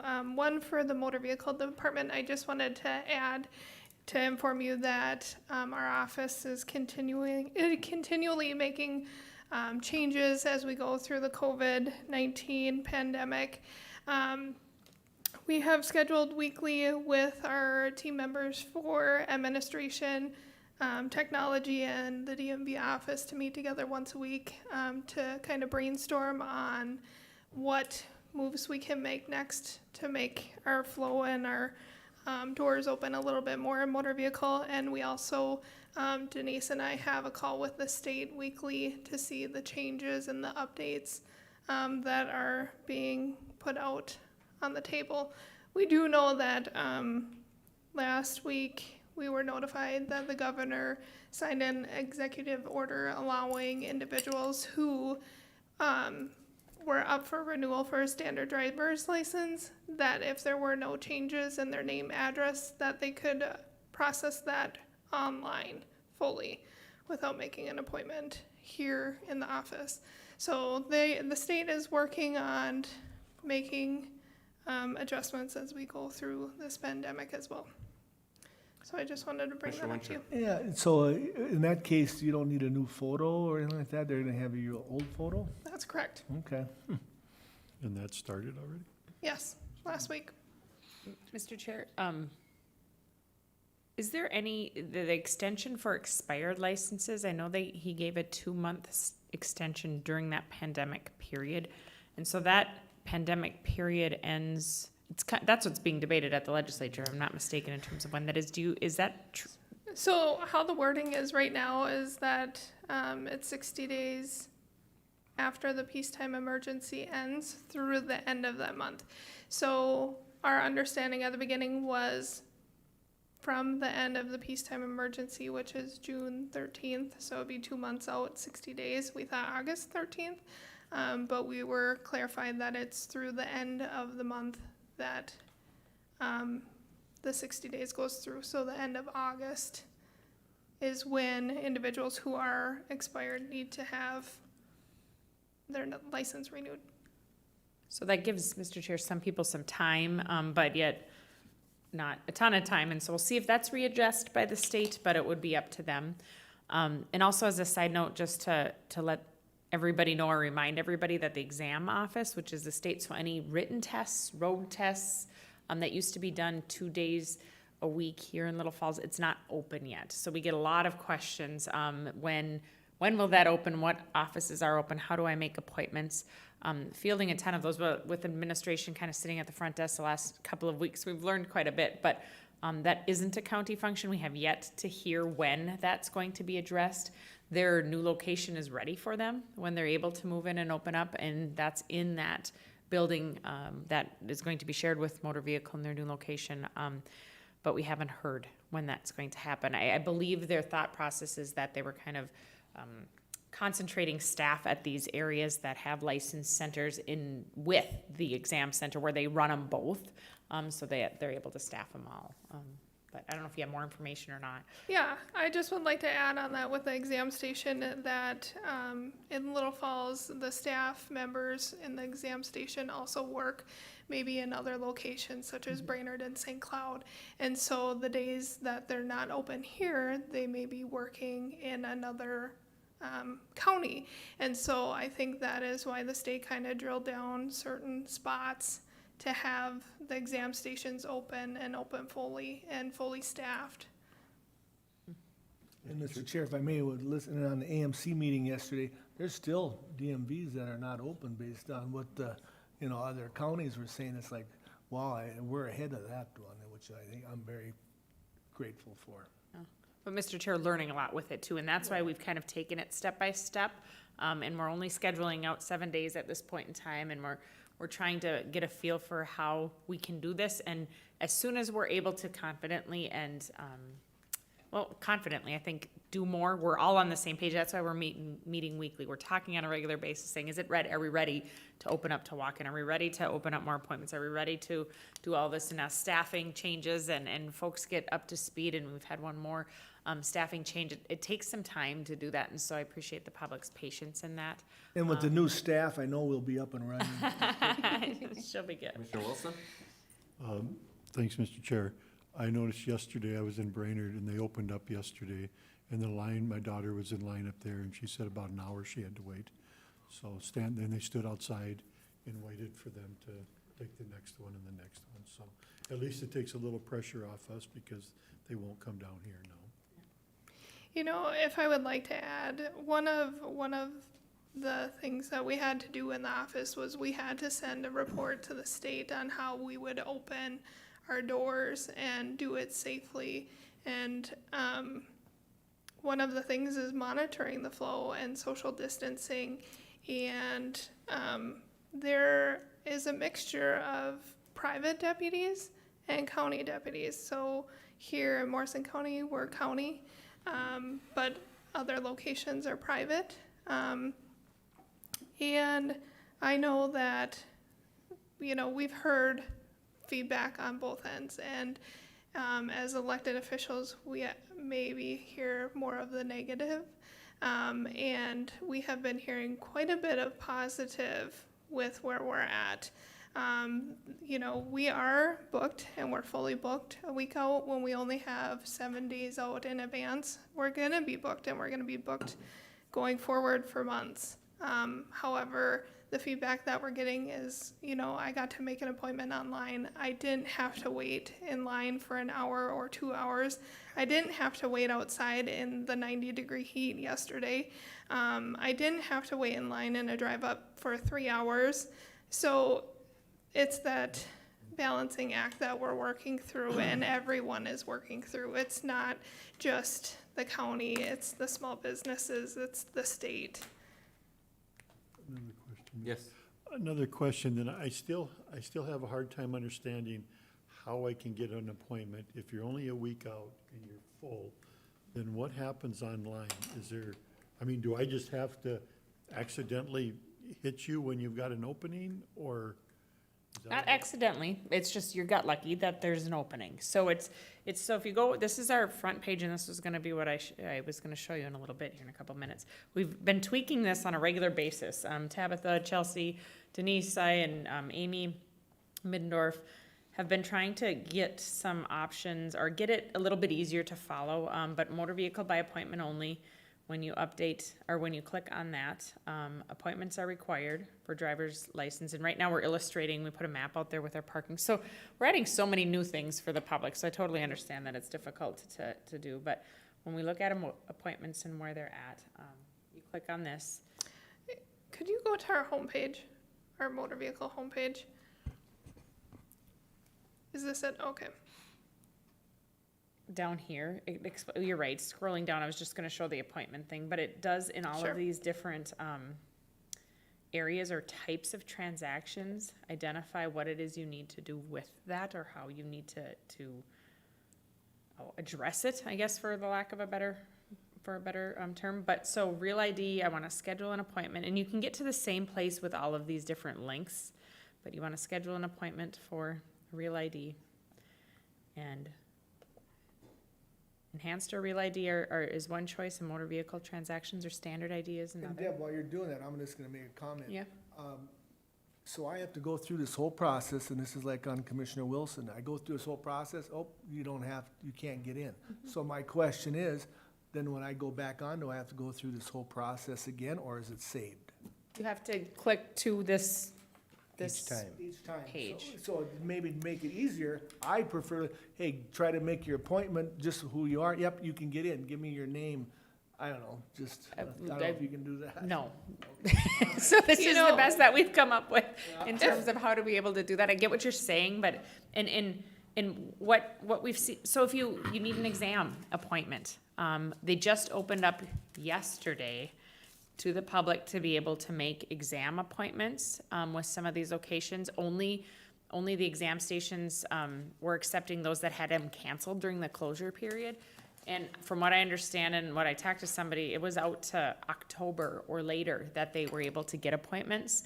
And we're not scheduling them out that far because we kind of talked about why we're not doing that. If things change and we have more available, or if the state changes the rules again, or changes how we want to approach that, to schedule them out that far and then to have all of these scheduled and then to deal with how do you handle that? You know, it's going to be difficult. So we are just My going week by point was, week. you have to go through this whole process, and then you get denied an appointment because you can't get in. Then you come back the next day, you gotta go through the whole process. Me, being an easy person, hey, let me click, I wanna get my driver's license, you can get in, now I can fill it out. I don't know. Commissioner Blaine? Thank you, Mr. Chair. Chelsea, we've talked in the past about, there was legislation that was looking at fee increases for motor vehicle. And those never passed during the regular session, but now, with correspondence I've had with people in St. Paul here, and with the fact that special sessions looked at probably Thursday, maybe Friday. Just curious if you knew whether or not any of that effort would be looked at in the special session, if you've heard anything about that?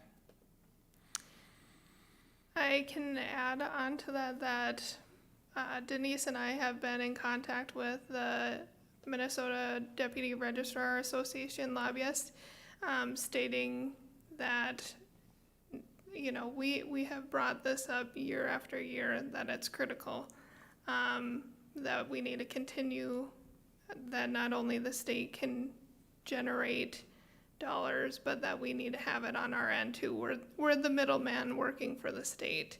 And so we haven't heard that it is going to go into session. However, we have been stating and bringing it up once again that it is something that needs to be looked at. Okay, very good. Thank you. Anything else, gentlemen? Mr. Chair, Chelsea, have we been getting a lot of people that have not come in for their appointment? Yes, we've had a mixture of both. Going back the last 2 weeks, we had individuals that didn't show up, or that made, like I said, 2 appointments and came into one and not the other one because they didn't make it on time. We've had it where individuals come in late, and then it makes a backlog in our appointment system because we are scheduled out timely to start on time and to finish, so that we can disinfect the area of the exam station and move forward with the next client. It has been tough. It's a learning process as we go. One of the things that we learned in the last 2 weeks is that when we scheduled our appointments, that it was too heavy. Our schedule was too heavy on appointments. And so we have changed our scheduling for this week, starting this week. And it is a different look. However, we also have a new hire starting yesterday, and we have a team member whose last day is today. And so it's hard to make decisions on the fly when things are constantly changing. And looking at my staffing measures, 1/3 of my staff will be new hires. And for driver's license alone, it takes, it will take at least 2 months, if not 3, for our new staff to be able to process driver's license in the state system. I guess So- the only reason I say that is, like, when I have a doctor's appointment, I got a thing the day before saying, you have an appointment tomorrow at 3 o'clock, and it says, are you able to come? And, you know, if I hit no, you know right away. So I'm thinking that there's something out there that can remind, you know, are you gonna come? When you make it a week ahead of time, some people do other things. And I don't know, maybe it's not possible. Sure. It seems- Our text messaging system, our appointment schedule does notify them, I believe, the morning of. Is it the morning of their appointment or the day before? When it's scheduled, it sends a text, and then the morning, or an hour before, it sends a text. Yes, an hour before their appointment, it sends a text that their appointment is today and where to enter. And that initial text message when scheduling the appointment allows them to cancel their appointment too. Okay. So we do have those options, and we're learning. Technology is new for many, and I think, just getting used to the process, like Chelsea said, for both from a customer perspective and an employee perspective, because, I don't know if people view an appointment to schedule a title transfer as critical as a doctor's appointment. So maybe they're not treating it the same in terms of the cancellation process, or, I don't know what they're thinking, because they haven't ever had to schedule an appointment before. So I'm sure it's not as, much on the forefront of their mind to do some of that. I don't know. I'm just throwing out there, it's gonna take some growing pains to try to figure that out. Mr. Chair, Yes. it's not a secret, I'm a fan of the schedule. So hypothetically, and I don't even know if you can answer this, and if you can't, that's fine. Hypothetically, I have a 2:30 appointment today, and I do not show up until 3 o'clock. Commissioner Wincher, hypothetically, has a 3 o'clock appointment. What do you tell me when I come in 1/2 hour late? And I hope it's come back tomorrow or come back another day. currently, right now, what we are doing is we are having other staff members step in and service that individual that made the appointment. What does that do for the whole transaction of everything in your office? It has to just simply mess the entire operation up, doesn't it? It puts other transactions on hold, so yes. And so that is why we're making modifications with appointments as we are. Okay. Probably a loaded question, and I get it, but, and we want to try to help everybody, I understand that, but that's the purpose of an appointment. Yes, Got it. and so I can let you know that the last 2 weeks, we've had that happen, and the appointment scheduling was laid too heavy, and we were working around the clock, and we were working late and coming in early. We modified our appointment scheduling, and so now if that happens, we can have staff jump in and help, so we aren't behind. Yep. Thank you. And Mr. Chair, there's the ability to be nimble too, and if we find, at a time that we can schedule, if all of a sudden somebody's, it's like, what, we can handle more, we can turn it on and add more appointments on a relatively easy or quick response time. And so that's a big deal. So as we continue to learn more and as we continue to hone this process, Denise is able to kind of respond on a regular basis and add appointments, and they can be then filled. Because they'll be available. So that's why it is going to be something that people need to continuously check. Like what you said, Randy, it's an active process that they need to look to until we are at a point where we can do appointments and walk in. And it's going to take time. And I've told a lot of people that you have this very taxed system that's been super busy since Real ID started, since MNLARS happened. It's been a lot in this area, and people have been waiting in line like they never have before. So it's been super taxed. To think that we're going to make that up immediately when it's been completely shut down for months isn't going to happen. And so I think the folks that have been calling that I've at least fielded or visiting when that I fielded, I've reminded them of that, and they're like, yeah, I suppose, it's not going to happen in a week. We can't turn all of this backlog around. Mr. Chair, Chelsea, then tell me how I can make an appointment. If I check at 8 o'clock in the morning, is that better than, or when you do an appointment at 3 o'clock and that appointment's done, then does it go to next Tuesday at 3 o'clock, you can add an appointment? Explain that to me so I can tell somebody what's the best chance of getting in. I mean, are you opening the doors at a certain time where I can fill the day? It's a rolling calendar of 7 days, and it updates at midnight. It updates at midnight. Okay, well, that helps. That way, at midnight, they can make an appointment for the next day. Probably easier than at 8 o'clock. Am I correct on that?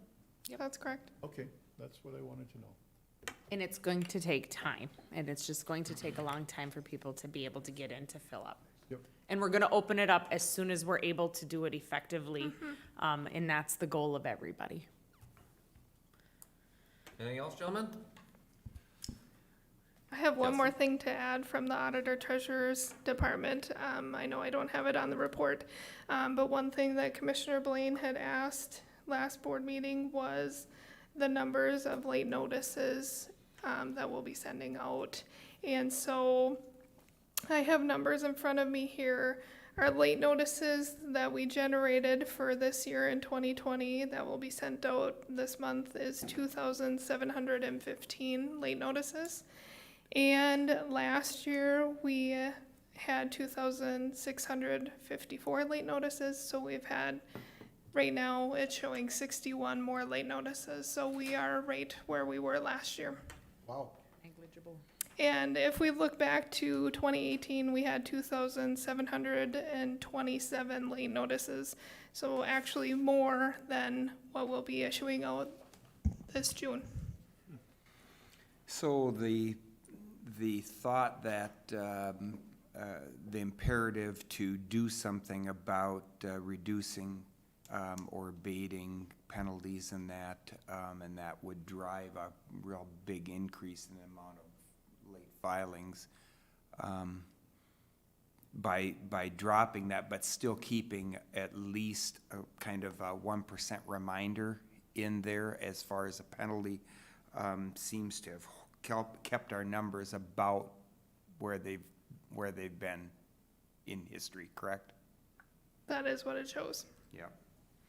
Yeah, well, I think those are good numbers, and I appreciate you bringing them back to the board, and I'll tell you too that the board here recognizes the challenges that motor vehicle has to handle or endure through this process and through the pandemic issues and things like that. But we support you and the staff down there for everything that you have to deal with that maybe other departments aren't necessarily seeing on a daily basis. So, thank you. Thank you. Yep. That is it. All right, thank you so much. Thank you. Welcome. Thank you.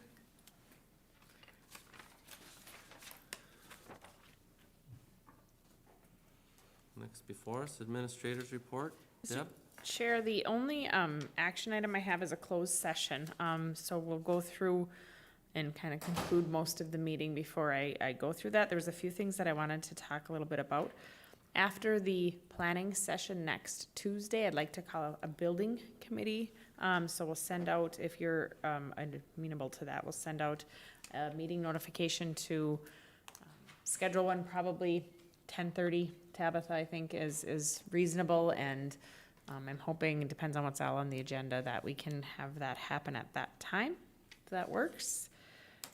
Carol talked a little bit about that panel discussion on Friday. That was, like I said, in response to requests here. And my other update was gonna be with the parking lot. You saw that started, and they make quick work of demoing. And so that's been worked on for just a full, really yesterday, full day, and now today they're at it again, and a lot of the cement is gone, and that will continue, and weather permitting, be done in a few weeks and wrapped up.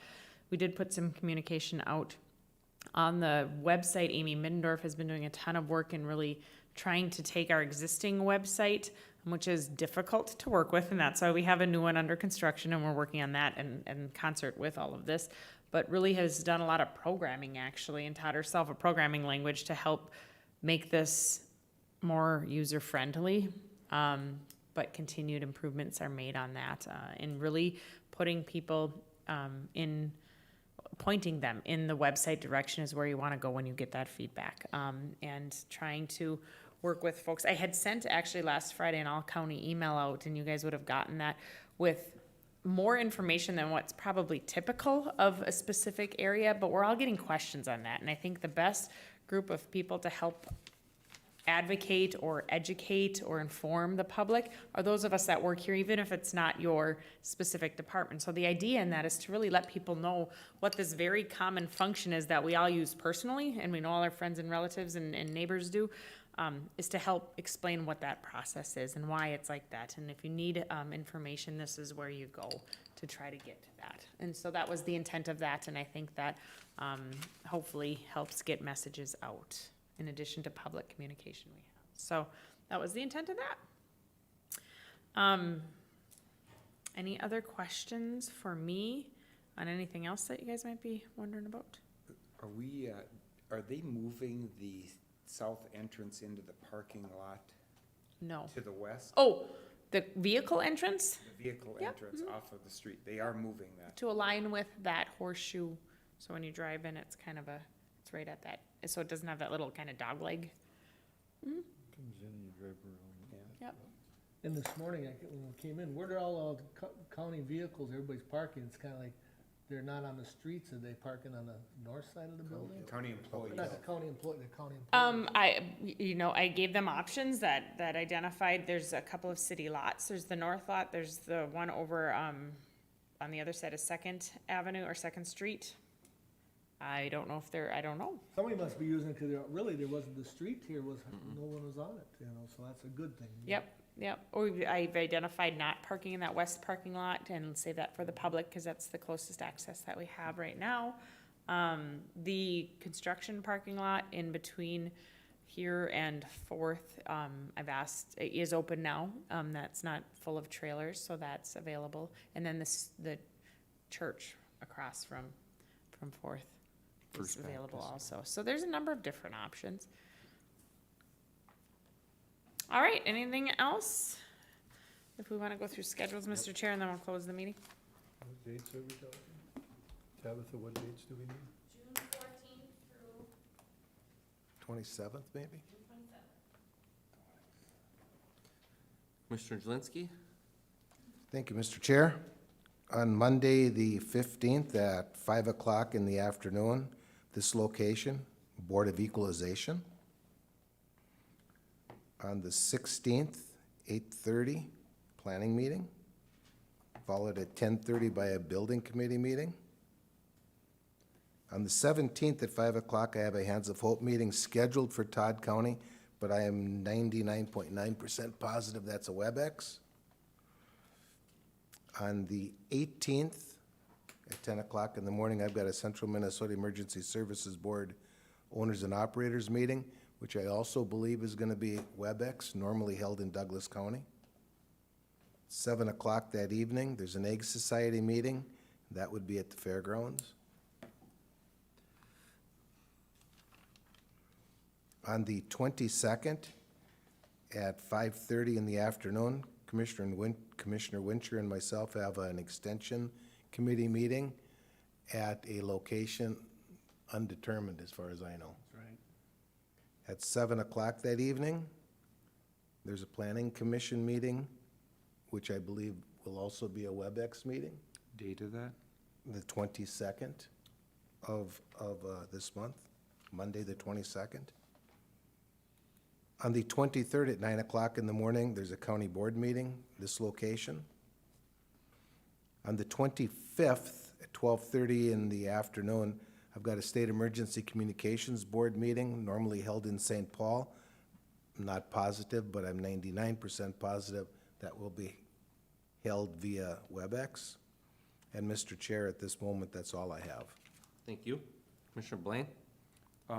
The only thing I can add to that is on June 25th at 6 PM, I have a Region 5 meeting.